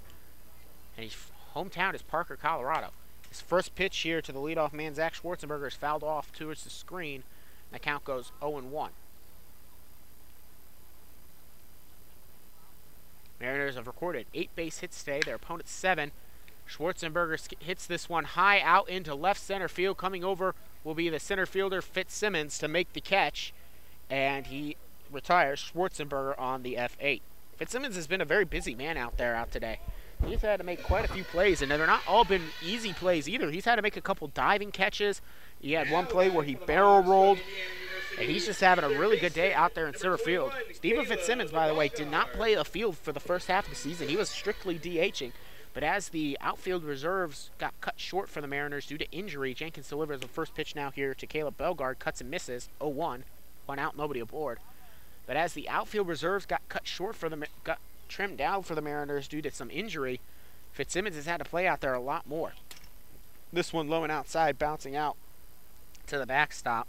Count goes 1-1 now. Nobody aboard, though. No need to chase it. 1-1 count here. Delivered. It's cut on and missed. Or actually, he did foul it off. Either way, he went after a really high fastball. And now the count 1-2. Whether it was swung on and missed or fouled off, either way, the result is the same. It goes in the strike category. Count goes 1-2. Jenkins here ahead now of Bellegarde, who is 2 for 3, by the way, with a couple of singles in his last 2 at-bats.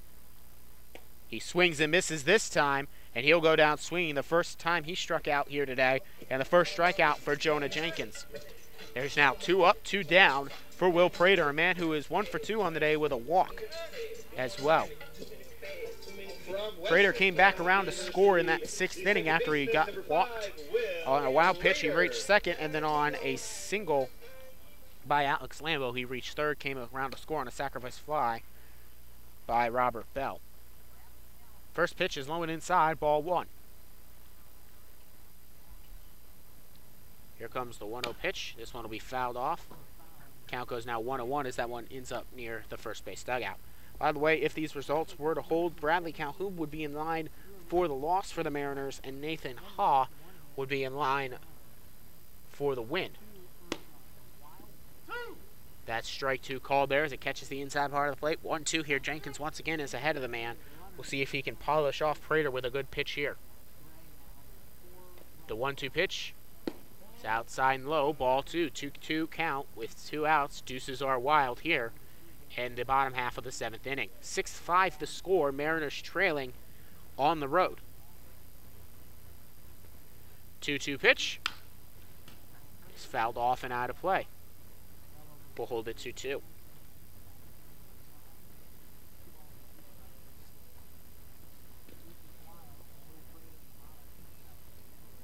Will Prater will step back in. He is a left-handed batter going against a right-handed pitcher. The 2-2 pitch is high. Ball 3. Count now 3-2. The count is full. Here we'll wait the payoff pitch as Jenkins looks in for a sign. There is nobody aboard with 2 outs. The payoff pitch is struck right here to Spry, who takes it on the hop and takes it himself. He tags the bag, and the side is retired. Though they go in order here, but it's still a 6-5 ball game in favor of the Monarchs here in Flat Rock. We'll head now to the top half of the 8th, and for the Mariners, it is Jake McCall, Tyson Hayes, and Stephen Fitzsimmons due up. This is Mariners Baseball on the Mariners Media Network. Don't go anywhere. I shall be right back.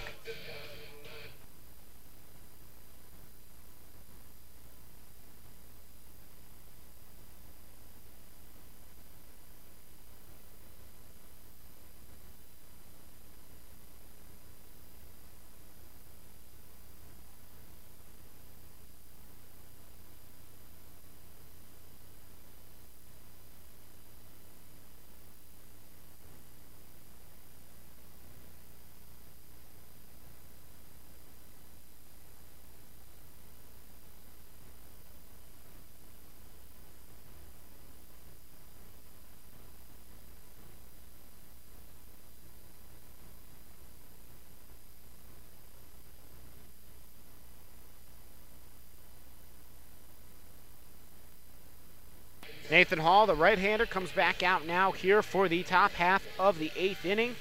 Monarchs on top 6-5 here in Flat Rock, Michigan. Jake McCall will lead it off for the Mariners. He is 1 for 3 on the day with a single in his last at-bat. He bats left here, and this is the first time he will go up against Hall for the game.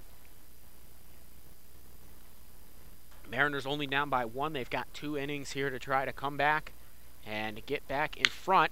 And McCall delivers a high fly ball out to center field. It's going back. It's going deep. It gets out of here.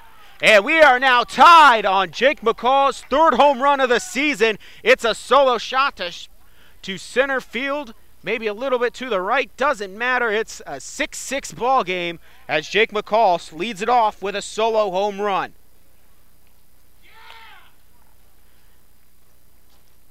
One swing of the bat is all it took for Jake McCall to put that one out of play. So we are tied now here at 6-6. So you can eliminate. You can now eliminate Calhoun from the decision, as the next man at the plate is Tyson Hayes. He delivers a good base knock here, believe. It'll drop there at the warning track in left field. I lost track of that one as it disappeared behind the umpire off the bat, but it will be a double here for Hayes. So a home run leads it off, and Hayes will follow it up with a double. Back-to-back extra base hits for the Mariners to start this inning. That'll bring up Steven Fitzsimmons. He had an RBI triple back in the 2nd.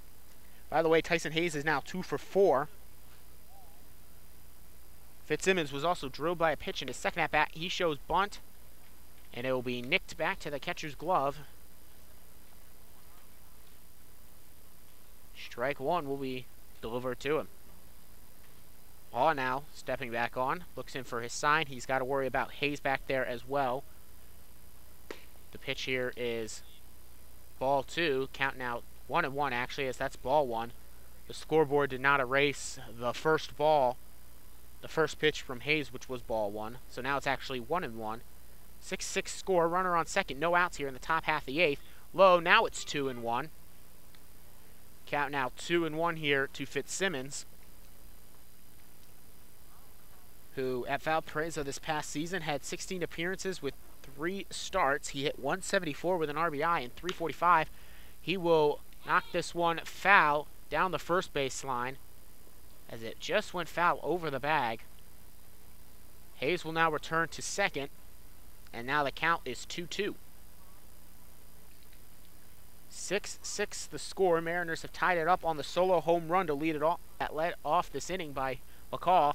Followed it up with a Tyson Hayes double, and now Fitzsimmons with a 2-2 count. Left-handed batter will knock this one and will pop out to the third baseman, as that one stayed fair. Just a little bit too much air under that one, and Fitzsimmons will be retired. First out of this inning. That'll bring up Logan Adams. He is 1 for 3 on the day with a 2 RBI single. With 1 out here, runner on second. We'll see if he can't deliver again. Keep this thing going for the Mariners. The bat is absolutely shattered, and the throw across by the shortstop, who makes the play on it, will retire Adams, and Hayes will be moved over to third. I mean, that bat just absolutely shattered. Might just only be in 2 pieces, but there's not much left. Savage there, maybe just some duct tape, as I think the team is starting to run low on bats due to the fact that we've had a couple absolutely get obliterated in these past couple of games. 6-3 was that play that that eliminated Adams, and now with 2 outs, 6-6 ball game. RJ Williams steps in, takes ball 1 low and outside. RJ today, he is 1 for 2, and he also has a walk. He had an RBI single back in the 2nd. He's got a runner at third. He could try to deliver with his 2nd RBI of the game. He grounded out to second and then walked. He cuts and misses there on pitch number 2 to him. It's now 1-1. The count evens up, 2 outs. Runner at third, 6-6 ball game here. Lights are on. Sun continues to set here in the top half of the 8th inning. 1-1 pitch. It's outside a little bit low as well. Count goes 2-1 to Williams. The Bowling Green State University man who this past season for the Falcons had 39 appearances and 22 starts. He hit 288 with 3 RBIs. He looks at an outside ball, 3-1 now. He also got on base at a 391 clip. It's a 3-1 count here to Williams. We'll see what Hall decides to deliver up to him. He'll be called strike 2 at the high corner. Right there on the outside of the zone. 3-2 the count. We'll wait the payoff pitch here to Williams. Hall's getting his sign. Williams will step in. See what the lefty can get here. So the righty steps on, delivers the payoff pitch. It'll be fouled off by Williams. We'll go again at 3-2.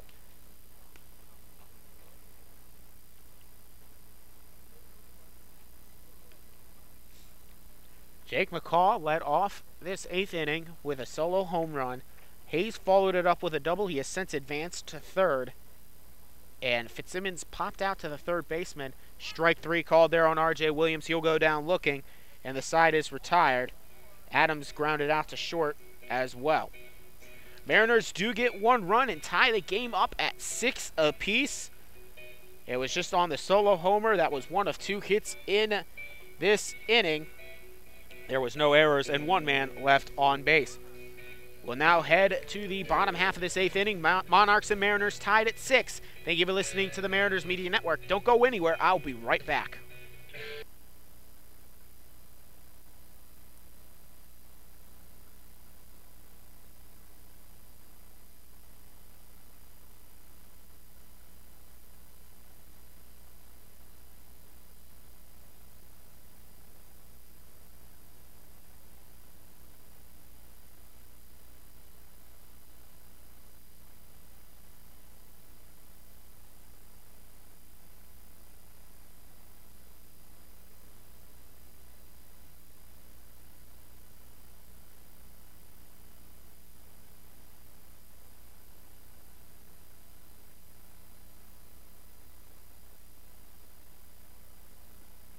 Jonah Jenkins comes back out to the mound here now for his 2nd inning of work.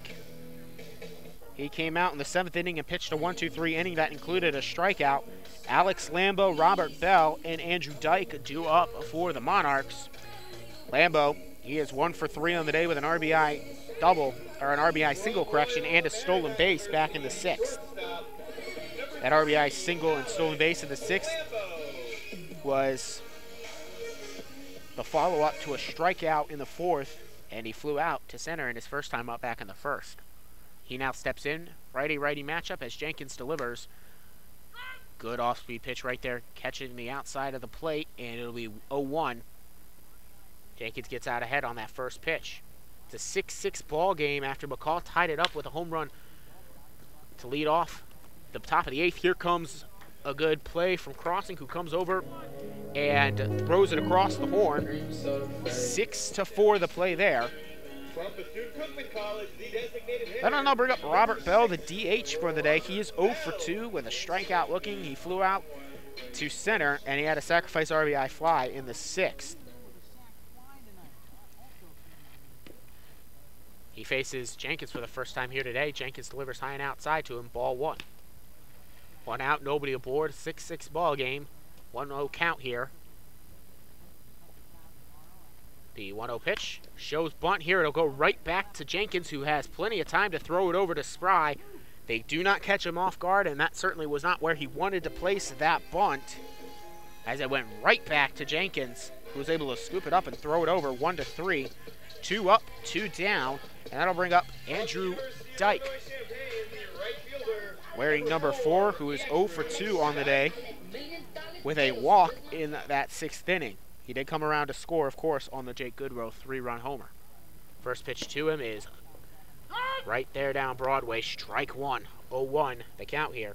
Jenkins, and all three of these batters he's faced in this inning, he's gotten ahead on the 0-1 count. This one delivered ball 1 here on the outside of the plate, a little bit low as well. 1-1 the count, 2 outs, nobody aboard, 6-6 the score. Mariners Monarchs tied here in Flat Rock. This one will be a high popper down over near the line on the first base side. Spry will get underneath it, and the side goes in order. And we remain tied here as we head to the top half of the ninth. Mariners and Monarchs in a real pressure cooker here. Don't go anywhere. You're not going to miss the conclusion of this one. I'll be right back.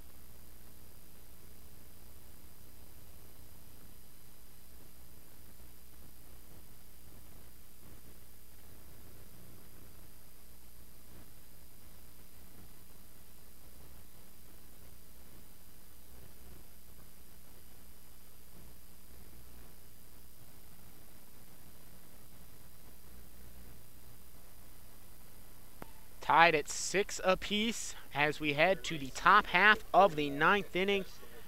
Mariners, Monarchs here in Flat Rock, Michigan. The Mariners in the top of the ninth will bring up Justin Diaz to lead it off. Nathan Hawes' day is over. He went 2 1/3 innings pitched. He gave up 1 run, which was a solo homer.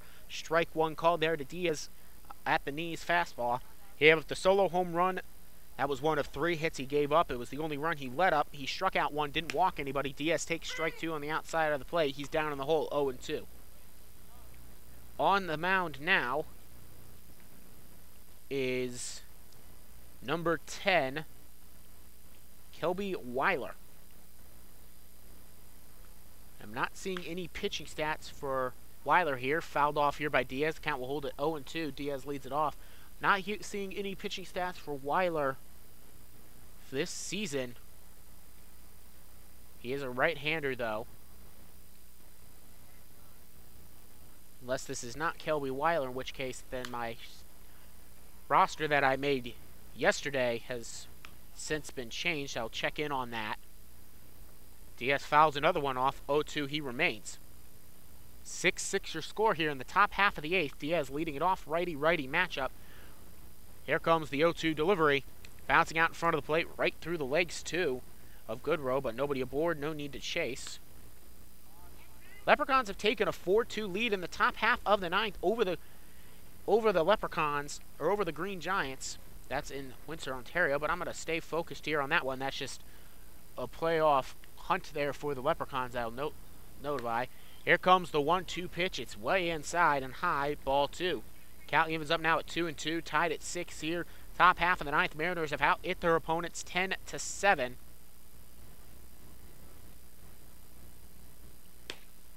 And now it's full 3-2 as that one misses low.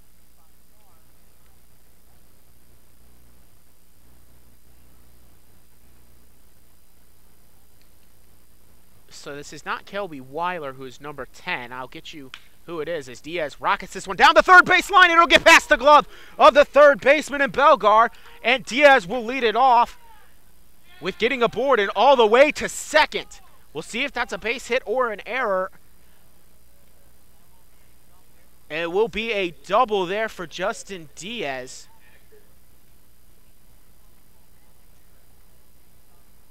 They will rule it a double for Justin Diaz, who leads it off for the Mariners. Van Acker now steps in. He is 0 for 3 on the day. Runner at second. Mariners' go-ahead run is at second in its scoring position. Acker shows bunt. He pops this one sky high back behind him, and it wasn't sky high, but it was back high and behind him and foul. But catcher and Goodrow was unable to make a play on it, so he'll just go in 0-1 as opposed to being caught out.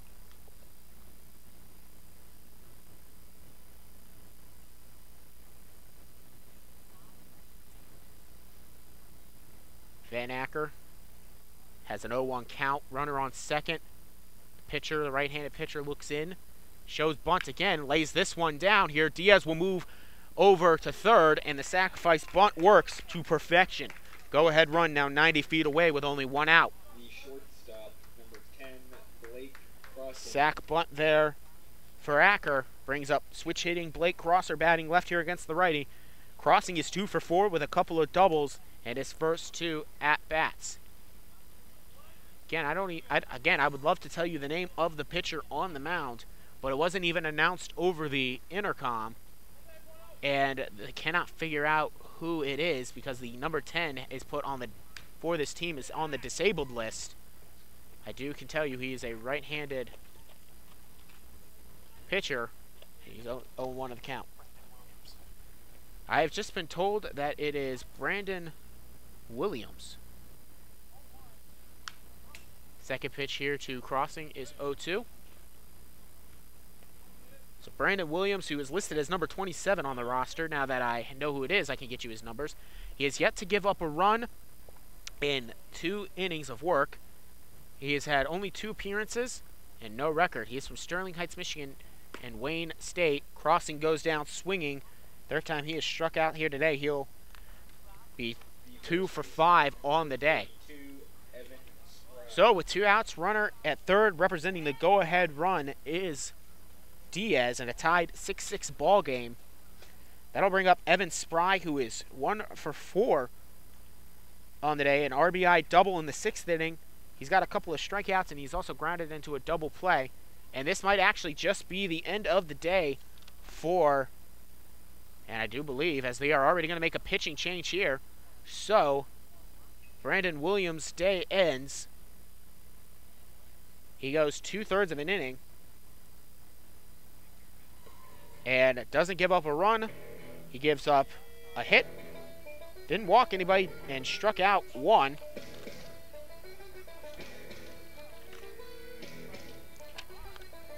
And with the go-ahead run 90 feet away, we will now see a new pitcher on the mound. I will talk about him at the other side of this break. Don't go anywhere. I'll be right back.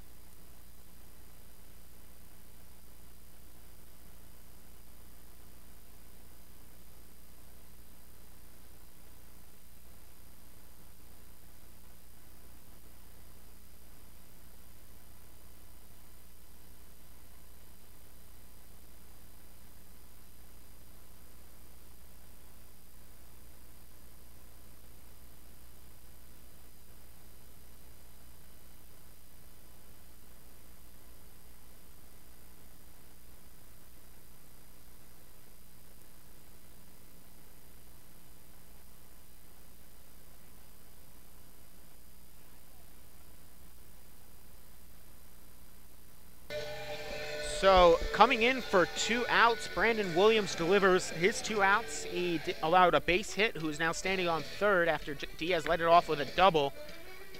He also struck a batter out, did not allow the run, though he is responsible for Diaz on first. The new man on the mound is Alex Stice. This is a tactical change for a lefty-lefty matchup, as it is Evan Spry coming to the plate. Stice, this will be his 11th appearance of the season. He's got 2 starts as well. He has a 2.25 ERA, 20 innings pitched. He's 1 save, 1 extra base hit, and he has a 31 to 15 strikeout to walk ratio. He attends Ohio State, the Ohio State, where he redshirted this past season. First pitch here to Spry gets away from the catcher. And here comes the go-ahead run. Diaz will cross the plate. The Mariners are in front 7-6. So you bring in a man to get out the lefty, and what does he do on the first pitch? He delivers a wild pitch that scores the go-ahead run. Mariners are on top 7-6. I don't think that's what the Monarchs had in mind. So that run will be an earned run against Williams on the wild pitch there. And now, all suddenly, Brandon Williams is in line for the loss. That one missing high, ball 2. 2-0. 2 outs now, nobody aboard. 7-6, Mariners on top. 2-0 here. Spry will knock this one down the third base line. It'll go foul, but making the diving play is Caleb Bellegarde. And he does retire the side, but thanks to a wild pitch by Adam Theis, the Mariners are up 7-6 going in the bottom of the ninth. You are listening to Mariners baseball. Can they hold on? We shall see as Jonah Jenkins comes out on the other side of this break. Don't go anywhere. I'll be right back.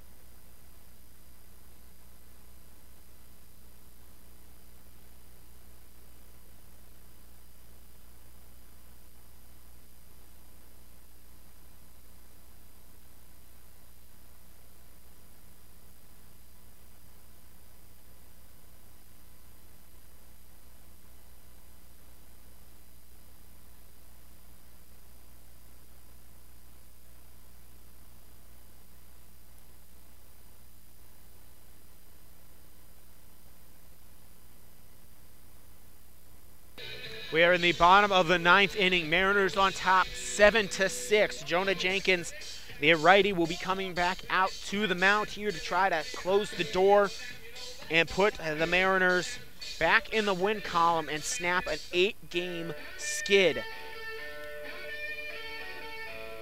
Due up, and the Monarchs' chance to try to get things going will be Sean O'Laughlin, Jake Goodrow, and Keegan Watson. Sean O'Laughlin, he is 1 for 3 with a home run that led off the 5th inning. Jenkins delivers the first pitch to him. It's just off the plate on the inside. Ball 1. I'm starting to feel some small raindrops, nothing too heavy.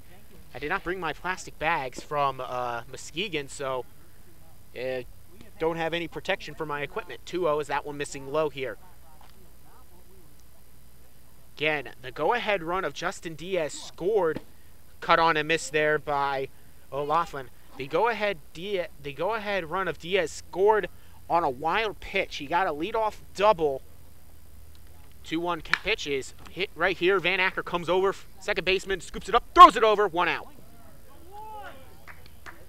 2 outs left for the Mariners to get back in the win column. O'Laughlin goes down 4-3. Again, that wild pitch. Diaz got an RBI double. Then on the Van Acker at-bat, he was moved over by a very great sacrifice bunt by Van Acker to put him 90 feet away. And then Blake Crossing struck out. And then a wild pitch on the first pitch. A pitching change was made. Here comes the first pitch now. 2, as it's called strike on the inside part of the zone. It's Goodrow at the plate. 3-run homer his last time up. He's 0-1.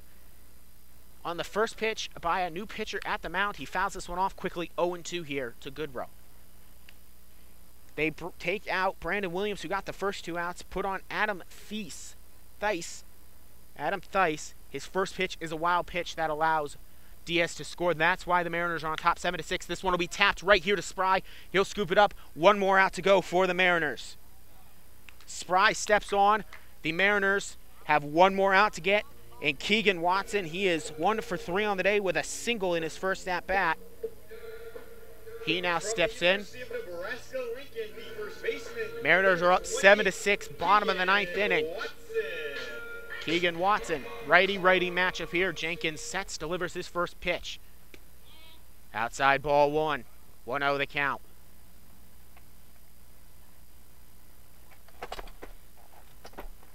Here comes the 1-0 pitch. Swung on and missed. 1-1 the count evens up. The last team the Mariners got a win against was these Lake Erie Monarchs 8 games ago. This one, ground ball up the gut, play made here by Van Acker. Throw it across, ball game! 4-3, the play there. They get the last out in the 9th inning. The Mariners snap an 8-game losing streak. They get back in the win column here. They win 7-6. They advance their record to 16-21 on the season. And the Monarchs fall to 17-20 on the season. The Mariners finally get back in the win column. It was a long, rough stretch, but this one probably feels better than any other win. Nobody likes to lose. And the Mariners walk away here in a tough battle against the Monarchs. It was a back and forth affair all game. Mariners jumped out first. They got two in the second on an RBI triple from Stephen Fitzsimmons that scored Tyson Hayes. And that Fitzsimmons came around to score as R.J. Williams drove him in on an RBI single. They went up 2-0. A solo home run in the 5th inning, bottom of the 5th, brought it to 2-1. Mariners responded, got up 5-1 in the 6th with an RBI double by Spry and a 2 RBI single by Adams. But then came around the 7th inning, or the 6th inning. In the bottom of the 6th, a 5 spot was put up. A couple RBI singles, a 3-run homer, sacrifice RBI. And then the Mariners quickly responded in the 8th. Got a solo home run by Jake McCall, who, by the way, Jake McCall will be the player of the game. He tied it up with his home run back in the 8th. He also had a single, so he was 2 for 3. He tied it up. He gave the Mariners an opportunity to get back in it. And then in the top of the 9th, Justin Diaz leads it off with a double. He advances to third on a sacrifice bunt. Blake Crossy strikes out. And then on the very first pitch, a pitching change was made with 2 outs. They brought in a lefty to face the lefty, and on the very first pitch by the new pitcher, he threw it past the catcher. Diaz was able to score, and that was the go-ahead and winning run for the Mariners. Mariners snap the 8-game losing streak, and they get back home in the winning column, and they'll face Saginaw tomorrow on a 7 o'clock start. Monarchs and Mariners split the season series at 2-2 apiece. They each take a victory at home and on the road. And I'd like to thank you all for listening. The winning pitcher in this one will be Jonah Jenkins for the Mariners. The losing pitcher will be I believe should be Brandon Williams. Thank you for listening to Mariners Baseball here on the Mariners Media Network. I'm Donovan Mann, the voice of the Mariners, saying have a great night and go Mariners. See you back home, 7:05, first pitch.